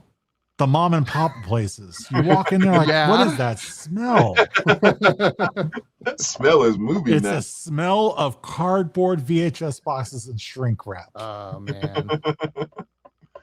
I'd always go to the horror section, man. You just get traumatized just from looking at the video artwork on the cover of those things, man. You flip it over and just look at there's no way your mom was going to rent it, but it was just like, oh. Yeah, I don't know if you remember, but Blockbuster did have a behind the curtain section for a period of time. Oh, really? Yeah, they did. I remember that. Our store didn't have one. Yeah, in the 90s, I think. Good old times. You mentioned the movie Labyrinth earlier. Yeah. I watched that for the first time. I'd never seen it before. I think it was just last week. And I was like, I need to see that too. I haven't got all the way through that movie yet. I need to have a couple of beers. Yeah, it's whoever came up with that idea was freaking off Jim their Henson, rocker, man. Yeah, was it Henson? Yeah. Okay, actually, it makes more sense now that you say that. Yeah, Grasshopper says Lisa Bonet Cosby Show. Frank Oz directed it, I think. Okay. Yeah, Lisa Bonet and the Cosby Show. Oh, Lisa Bonet. The second and third season, yes, she was freaking hot. before she went to that whole thing about like the dreadlocks, where she started looking like she hadn't taken a Dreadlocks bath. and the nose piercing and all that Yeah. stuff. Yeah, yeah. What was that spin-off from the Cosby Show? Had a spin-off, right? Different world. Different world. Yeah. And what's the girl who's in that? She's Well, like Lisa Bonet was in that. oh, maybe it's Lisa Bonet then, right? Yeah. Yeah. Oh Yeah. yeah, she was hot. Yeah, But yeah, Marissa Tomei was also in that. Oh, Marissa Tomei is the one I'm thinking of. She's in that, right? Yeah. She's the one I was thinking of. They're both hot. Yeah. But like, yeah, that like second, third season of the Cosby Show where she had the really short hair. She was just like, Oh Crush- yeah, Crush she was. City. Yeah, Crush City, Pom Hot Pom Dog Girls, or movie. Hot Dog the movie. Now Hot there's Dog cinema. Dog the movie. fantastic. I remember Private that. Oh. School, Or fantastic. no, HOTS, HOTS. That was a constant replay on Cinemax. Oh really? Mhm. Yeah. And Danny Bonaducci was in that from the Partridge Family. There Private it School is. was a not related sequel to Private Private Lessons. Lessons, Yeah, we there talked it is. about it. I think out of all the movies and stuff that I've watched, that's probably the one that's definitely aged the worst of any. It's of the them. most wrong of like Was it any My- video. My Tutor or something like that. My Tutor was a good one. Yeah. Vivian Lee and Gone with the Wind, runner up, Marissa Tomei. Okay. You're running the gamut right there, Michael. Chris, I have a 2LP bootleg soundtrack to Valley Girl. Uh-oh. Nice. Uh-oh. Brandon's in. Do you see that? Well, if you're ever up for a trade for something, I need a copy of that. Right. So I would Man, love to get my hands on a copy of Valley Girl, even a And bootleg. you really need the 2LP version. Like I've looked on Discogs and there's not a complete version of that. Yeah. Last American Virgin, fantastic. Yeah. If they put every great song that was in Last American Virgin on the soundtrack, it would need Right. 5 LPs. I Every song ended was up making like an iTunes playlist of all those songs. really so good, and the movie was hilarious too. Marissa Tomei ages like fine wine. Aunt May in Spider-Man. Probably the hottest Aunt May ever, right? Which Spider-Man? Which was she in? And the most recent ones with Tom Holland. Oh, I haven't seen those. I got to see those. Quicksilver, such a good bad early Bacon flick. I need Yeah. to revisit that. I feel like I've seen that. back Kevin in the Bacon day. on a 10-speed in the city. Yeah. The record store I worked at became Blockbuster Music and Videos pop culture overload. On Friday and Saturday, Sunday was spent Yeah. rewinding the store. Everyone. The whole store. Funny. And God I forbid feel you like dream. Yeah. what was it? Tuesdays were new movie days back then. And so Monday nights we would stay out forever reshelving the stores. And it would be like a whole section would just be one movie, right? And they'd Yeah. still all get Yeah. checked out. You'd have like 50 Right. copies and they'd be gone like that. Yeah, like 2 or 3 deep. Everyone would come in. Do you guys have speed? No, we I'm don't like- have speed. Looking for Independence Day. I'm like, oh, That's good Yeah, stuff. speed was the big one when I was working there. It was like everybody had to see speed. yeah. Literally This just is- got Never Ending Story Japanese import. Wow. That's a cool. classic one. That's a traumatizing film for kids. That is It is, man. anything with if a you've puppet. never I feel like experienced death. Let's Oh, start yeah. with the never-ending story. And Then send that big old white dog freaking talking and flying through the air. Man, that's yeah, freaking nightmare in progress. Jeez. this Zap. one's zapped right here. You know, Oh, we can watch it right now if we want to. Oh, go back, go back. Wow. You get the channel shut down. I know that's the last thing I need. You know, another great film, Time Bandits.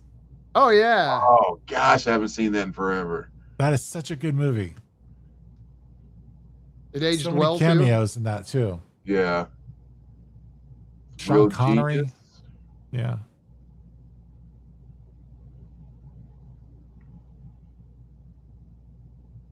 Time Bandits, I Meatballs. believe, was produced by George Harrison. Oh really? Yeah, No It's idea. very because weird, right? he was deep in with the guys from Monty Python. Oh, I guess that makes sense. Yeah. Is there a whole gem renaissance now? Are like I adults hope- going I back hope and not. watching Gem? I think that's what I heard. Kind of like the My Little Pony thing. The bronies. Bronies. Time Bandits Can't love hardly wait. That's George a fun Harrison's. watch. George Harrison sings the end song on Time Bandits, sounds like, according to Yep, Chris. yep. Wait, like thinking about the Beatles, like mentioned Harrison or whatever. Do you remember the movie Caveman, Yes. where Ringo I Starr? saw it in the theater with Dennis Quaid. Yeah, Quaid's Oh, really? Yeah. and then Ringo's freaking star. Holy cow! And it was Lyle Alzado as one of the cavemen. Yeah. That was Lyle. Yeah. The fact that I can just spit that out, I'm like, why do I Man. have that retention? Because you like good stuff. You're wasting your true talents on photography. Because he was a Goonie. I Dream of Genie. So here's an early crush right there, man. Barbara Eden. Yeah. Yeah, my dad was all about her. You know, another crush that comes to mind, and it's kind of a backwards one, Brooke Shields, Yeah. but not when she was younger. Oh, When she got into her 40s and 50s, oh my goodness. what were you seeing her in? Like the one that sticks out in my mind the most is when she had that role in a Nip Tuck. Do you remember that series? I remember the series. I don't think I ever saw the episodes. Yeah. Nip Tuck is like it's about these two guys who are plastic surgeons. It's a soap opera for men. It's the thing that men want to see in a soap opera.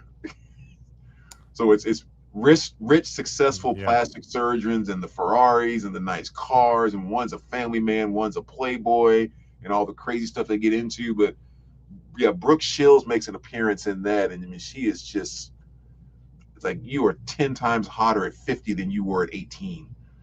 So Johnny Be Good, Anthony Michael Hall, on Tubi is censored. Oh, really? Yeah, I was so disappointed. I'm like, come on, Uma Thurman. Like, I remember the scene. Why is it not in this freaking stream? That's weird. Huh. There's private lessons.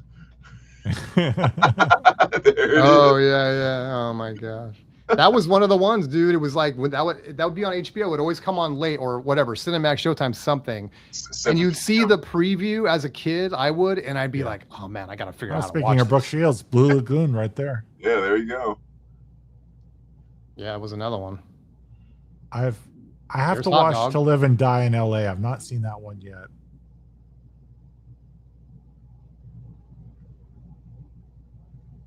Wow. Last Action Hero. I watched that recently. Actually, I thought it was good. It's okay. It's not as bad as we thought it was back then. Yeah, it wasn't bad. Crossroads. That was interesting. Yeah. House Party. I watched that one last week. Pajama Jammy Jam. Funny Farm. That is a movie that still holds up. Yeah, that's funny. Chevy Chase is hilarious in that. One Smitten? Not That's early so Jim much. Carrey. Yeah, Jim Carrey and Lauren. Oh, that's Hutton. early Jim Carrey. Yeah. Yeah, I saw that in the theater. Oh, really? Oh wow. Yeah. Last Dragon. Dragon. Yeah, the trailer was appealing to me. I was like, oh, okay. Earth Girls Are Easy. What's this? That Donna Summer? Thank God it's Thank Friday. God it's Friday. Yeah. Yes. Yeah. Remember that Wait. the disco movie? Right. Oh man, I'm putting this on the playlist right now. Last chance for the last dance. Like Father, Like Son. Breaking Yep. two. Yep. That's a good one. That was the same play on the Vice Versa movie with Yep. the guy from Wonder Years Yeah. Kirk Cameron on here. and Judge Reinhold. There was some really good music in that Like Father, Like Son. They had like Van Halen stuff, and Yeah. I remember what else was in there? The Ramones and a bunch of different things. Motley Crue's in that. Motley Crue, yeah. BMX Bandits. Is anybody with me on BMX Bandits? Oh, heck yeah, dude. Yeah. That's one I watched. I say recently, but probably like within the last year. I watched Hollywood Nights. That was not too good. Yeah.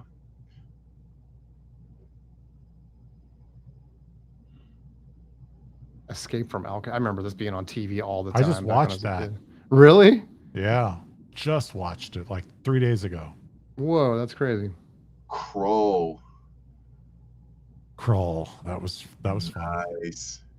I don't think I ever saw that. I need to see that. Oh, you need to watch dude. Crawl. So gotta watch it. Anybody that was into Star Wars watched Crawl back in the day. Yeah, definitely put that one on the list. Bad What about Boy. Dreamscape? Is Dreamscape good? It looks good from the poster. It's out there. I don't remember that one. I do remember that Bad Boys with Sean Penn. Yeah. Sean Penn's so He's good. actually really good in that. Elvira. I could watch Elvira. Like that's another crush. Dodgeball. This movie's hilarious. Have you guys seen that? You dodge a wrench. So good. Nobody makes me bleed my own blood. No. A series of movies I used to watch that I have not seen anywhere is the George Burns Oh God movies Oh yeah, yeah. Oh, yeah. man. with like Those are John fun. Denver. I don't remember John Denver. I do remember. Yeah. Yeah, but yeah. I think George he was Burns. in Oh God Book 2 or something like that. Cutting Edge. That was Michael pretty- says 9.5 weeks, the greatest date movie of all time with young Mickey Rourke, who was voted the sexiest man in the world at the time. Go figure. Yeah, that was a movie that he would be like, hey, if you ever want to seduce someone, just play 9.5 weeks. You know, I dated a girl I mean, in a totally consensual way. and we went to the theater and we had no idea what we were going to go see. And I left it up to her. I had no ulterior motives. And she goes, let's go see Sliver. I'm like, okay. It was like nonstop in that movie. Heavy Metal is great. Yeah, Heavy Metal's great. That's another one I've not seen in forever. I just remember being super weird. Yeah, for a cartoon, it was kind of like, geez, these dudes were like Yeah. killing each other and stabbing. What's blood the and- oh God, what's her name? The one next to Untamed Heart, the vampire movie there. Which one? Untamed Heart at the top. Oh. To the right of that, This one, Embrace. Embrace of the Alyssa Vampire. Milano. Yeah, that's a good one. She's a big crush too, man. Wait, look at the one to the left. Have you seen Mannequin 2? Yeah, I don't think I I've seen unfortunately did. I wish I didn't. I don't know if I've seen 2. I don't think I've seen two. Yeah, Meshack Taylor comes back. Huh. There's Marissa Tomei again. Only You. Looks like Joe Robert Joe Downey versus Jr. the volcano. That's a fun one. Avenging Angel, is that the one where the girl's like sister whatever got R'd and then she went out and killing all the guys? Or is that a different movie? Vigilante Justice. Yeah. I think it is. Neighbors. That's a movie that was way out there when it came out. I was just like, I didn't know what to make out of it. Where's Neighbors? Right in the Neighbors middle, is- this one right here. Yeah. It's Oh. Dan You can't- Aykroyd and oh. John Belushi. I thought you could see my mouse pointer. I guess not. I don't remember that one. It's Cable a good- Guy, I need to see Yeah. it. Guys, You ever my seen Cable son, Guy? I've never seen it. He's like, oh, you got to Oh, see you Cable got to Guy. watch Cable Guy. Yeah, you'll enjoy that one for sure, man. That's an awesome Cable laugh. Guy. That's Terminator. You know, if you have a couple of beers or 4, Mars Attacks is really good. Yeah, I've seen that one not too long ago.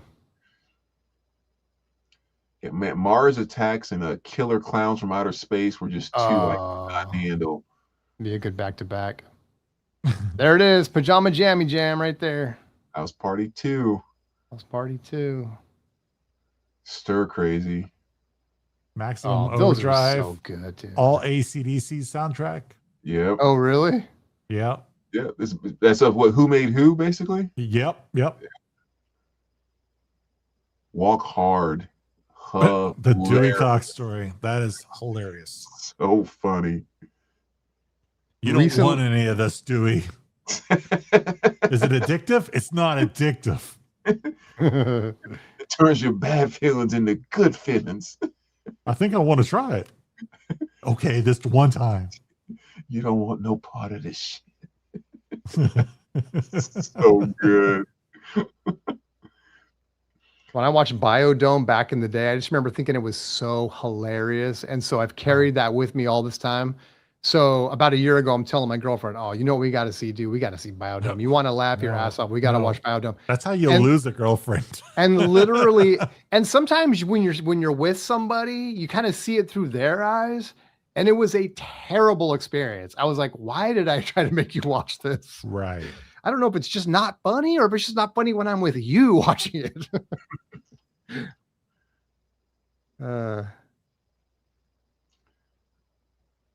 Susie Dead Calm. Q, I just watched that on Tubi. That Yeah, was a fun that's watch. a good one. Easy Money, Oh yeah. Cherry Rodney. 2000 as well.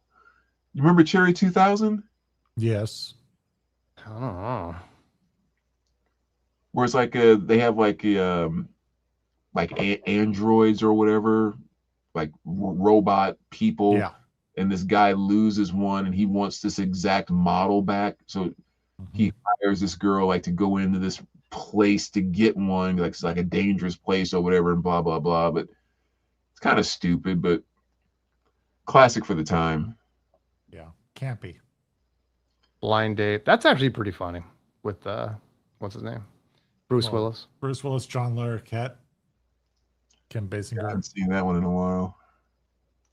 Have you seen Hudson Hawk with Bruce Willis? And Not in one sitting. I actually thought that was good. I know it's kind of campy because they time how long they have to like do a heist by singing a song to it, so it's almost like a musical kind of thing. But it's actually a pretty good movie, and like some of their scenes together are really good and just authentic. I thought the acting was really good. It's just breaking it up with all that singing was kind of like, I don't know, pulls you out of it a little bit. American History X. That's an intense movie. Yeah, I know, dude. Damn, like curb stomping that guy in the beginning. UHF. UHF, Weird Al. Today we're teaching poodles how to fly. Ralph Bakshi was the guy who did Heavy Metal. He's also the creator of the cult classic Fritz the Cat, X-Rated, and Cool World. Cool World's cool. Isn't that Brad Pitt? Is that one? Yes. American Werewolf in London. Oh yeah, that's great classic. film. That movie is still a little scary to this day. Yeah. That may have been one of the first true horror movies I saw. Yeah. John Landis. I mean, this is the guy that directed Thriller, and this was kind of like MJ. Yeah, and that's what got me to watch it was because of Thriller. I'm like, oh, he did the video for Michael Jackson. Let's watch this. Yeah, definitely kept it going. Lots of dark humor in that movie too. Yeah. There's Labyrinth, David Bowie. Yeah, I'm glad I got that out of my system. I just needed to see what the heck it was about. Is anyone going to see the new Masters of the Universe? I saw it. What'd you think? I'm glad it was streaming on Amazon. Okay. Yeah. Is it just me, or did it seem like He-Man wasn't He-Man enough? Like I didn't even watch. He wasn't He-Man enough. He was still trying to find the power. I'm glad I haven't gone down that rabbit hole then. What about Death Star? There's lots of tossbacks to the cartoon that if you watched it as a kid, you're like, oh yeah, I remember that. Mm-hmm. Like even the music. Man, my problem is I was telling before, like I tried to go back and watch He-Man, and it was like, whoa, I couldn't sit through 5 minutes of it. Well, you got characters called Fisto, and Ram Man. Ram Man. And He-Man wears pink, and he unsheathes this big sword and holds it up erect. There's so many innuendos here. Yeah. Man at arms. Now you're ruining it for me even worse. Come on, I'm Johnny. sorry. I'm like, I find humor in that. Have you guys seen California with Juliette Lewis and Brad Pitt? Yes. I thought that was good when I saw it. I have not seen it since it came out, but it's brutal, if I remember correctly.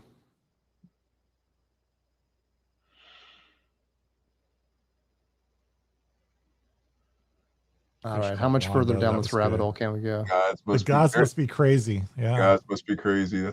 There's caveman. Na, There it is. na, There he na, is, na, one of the na, Beatles. na, na, na, na, na, na, na, na, na, na. And then there was the huge dinosaur egg that they're all just like jumping in. Did you guys ever watch My Two Dads? I remember that show. Of course. Mhm. Greg Evigan and Paul Reiser. That's this guy. What else was he in? He was in something before this, right? That first dude on the Paul left. Reiser was in Mad About Right. You. Mad He was About also in You. Aliens Oh, maybe Yeah. that. Oh, yeah, that's right. That's right. Yeah. and Beverly Hills Cop. Yep. Yeah, that's right. He was in a bunch. That's okay. That's how I knew. Okay. Yeah. I watched Moving this weekend. Really? How was it? Oh yeah. I mean, it's funny. You can definitely tell that Richard Pryor was kind of having some of his health issues. Yeah. He Mm. kind of phoned it in on that movie. Yeah, like Dana knew- Carvey though was over the top in that. yeah. Yeah, he wasn't able to move, and like even when he cursed people out, he couldn't quite do it with the. Lady Hawk. Where's that? He just scrolled past. Go back. There you go on the top right. Oh, top right. So that movie was controversial because it was such a medieval period piece, but it had modern synth music throughout it as the soundtrack. Hmm. Is that Matthew Broderick? It is, and it turned off so many people. You should watch that though. It's Because of the music or the content of the movie. The music was just like, it just didn't feel like it belonged. And so to watch a soundtrack to a movie, you're just like, what is going on here? Oh, I have to check that out. Lady Hawk. The 1980s, the deadliest decade. It's sort of like watching A Knight's Tale, right? And it has all the modern rock music, the jousting. Yeah. V. Did you guys watch Deadliest V back then? Yeah, back in the day, I did. Yeah. Lizard people. 1980, Indiana. deadliest decade for fun. Like there was so much that would not be allowed today. No kidding. Oh, see, there it is. Why is someone always getting a sharp object poked into their eye Yeah. from dead kids? Well, that would freak anyone out. What was the Vince Neil thing there? My Story. Oh boy. The Teacher. Interesting. I remember that one. Munchies with this weird.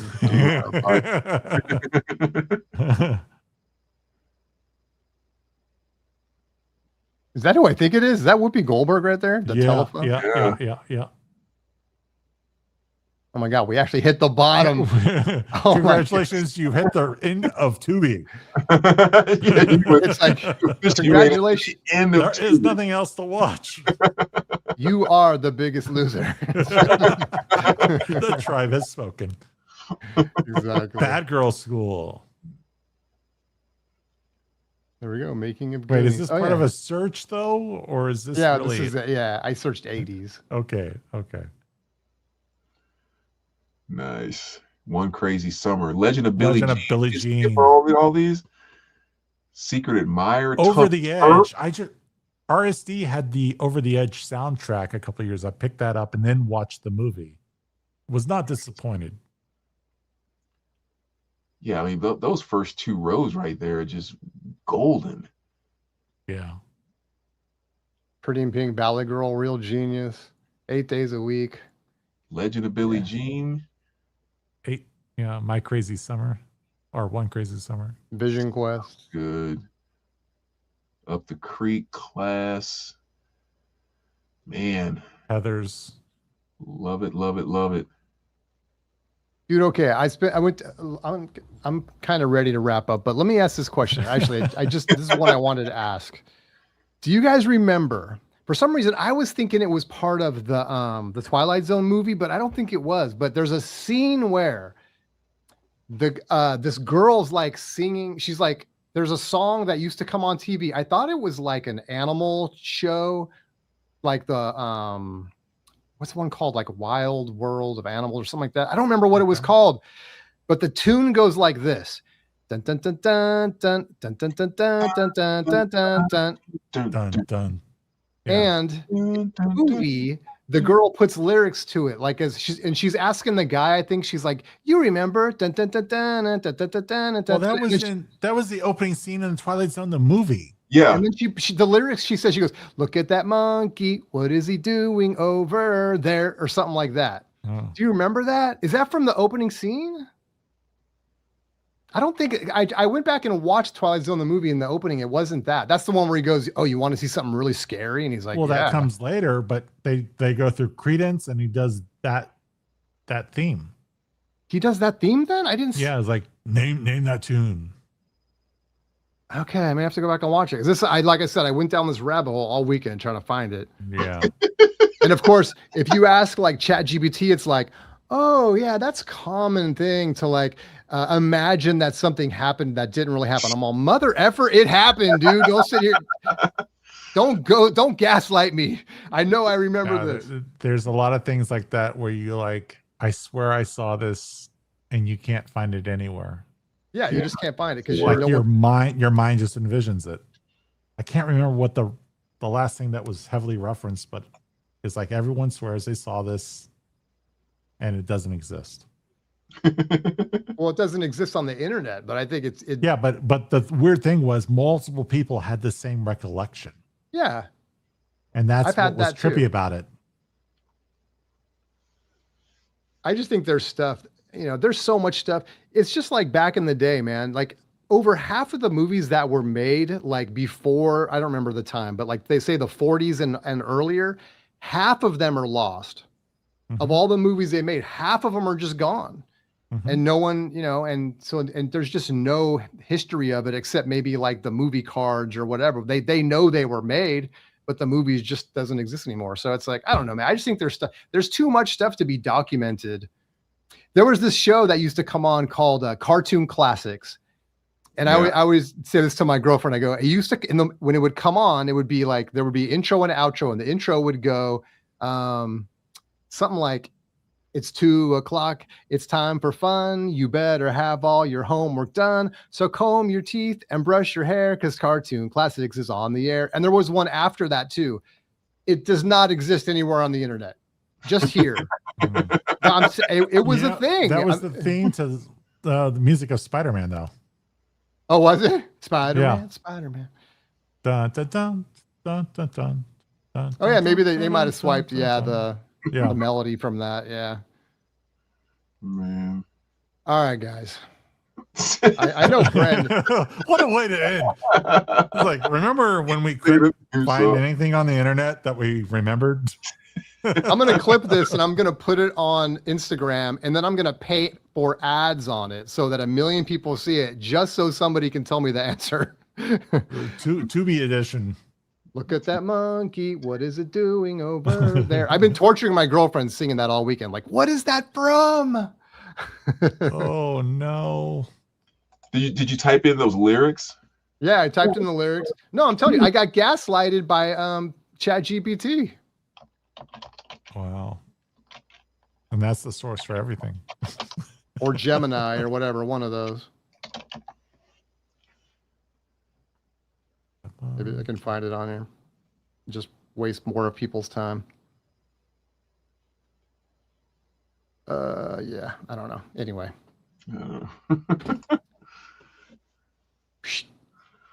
Well.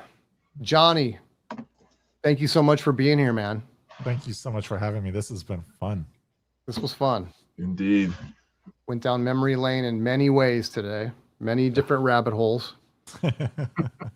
If anyone actually hung out the entire 3.5 hours, you might win a prize.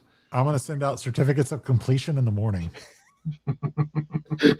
Everyone gets a participation trophy. Yeah. Turntables, Tails participation trophy. Yeah, exactly. Oh, we need to actually make those. All right, guys.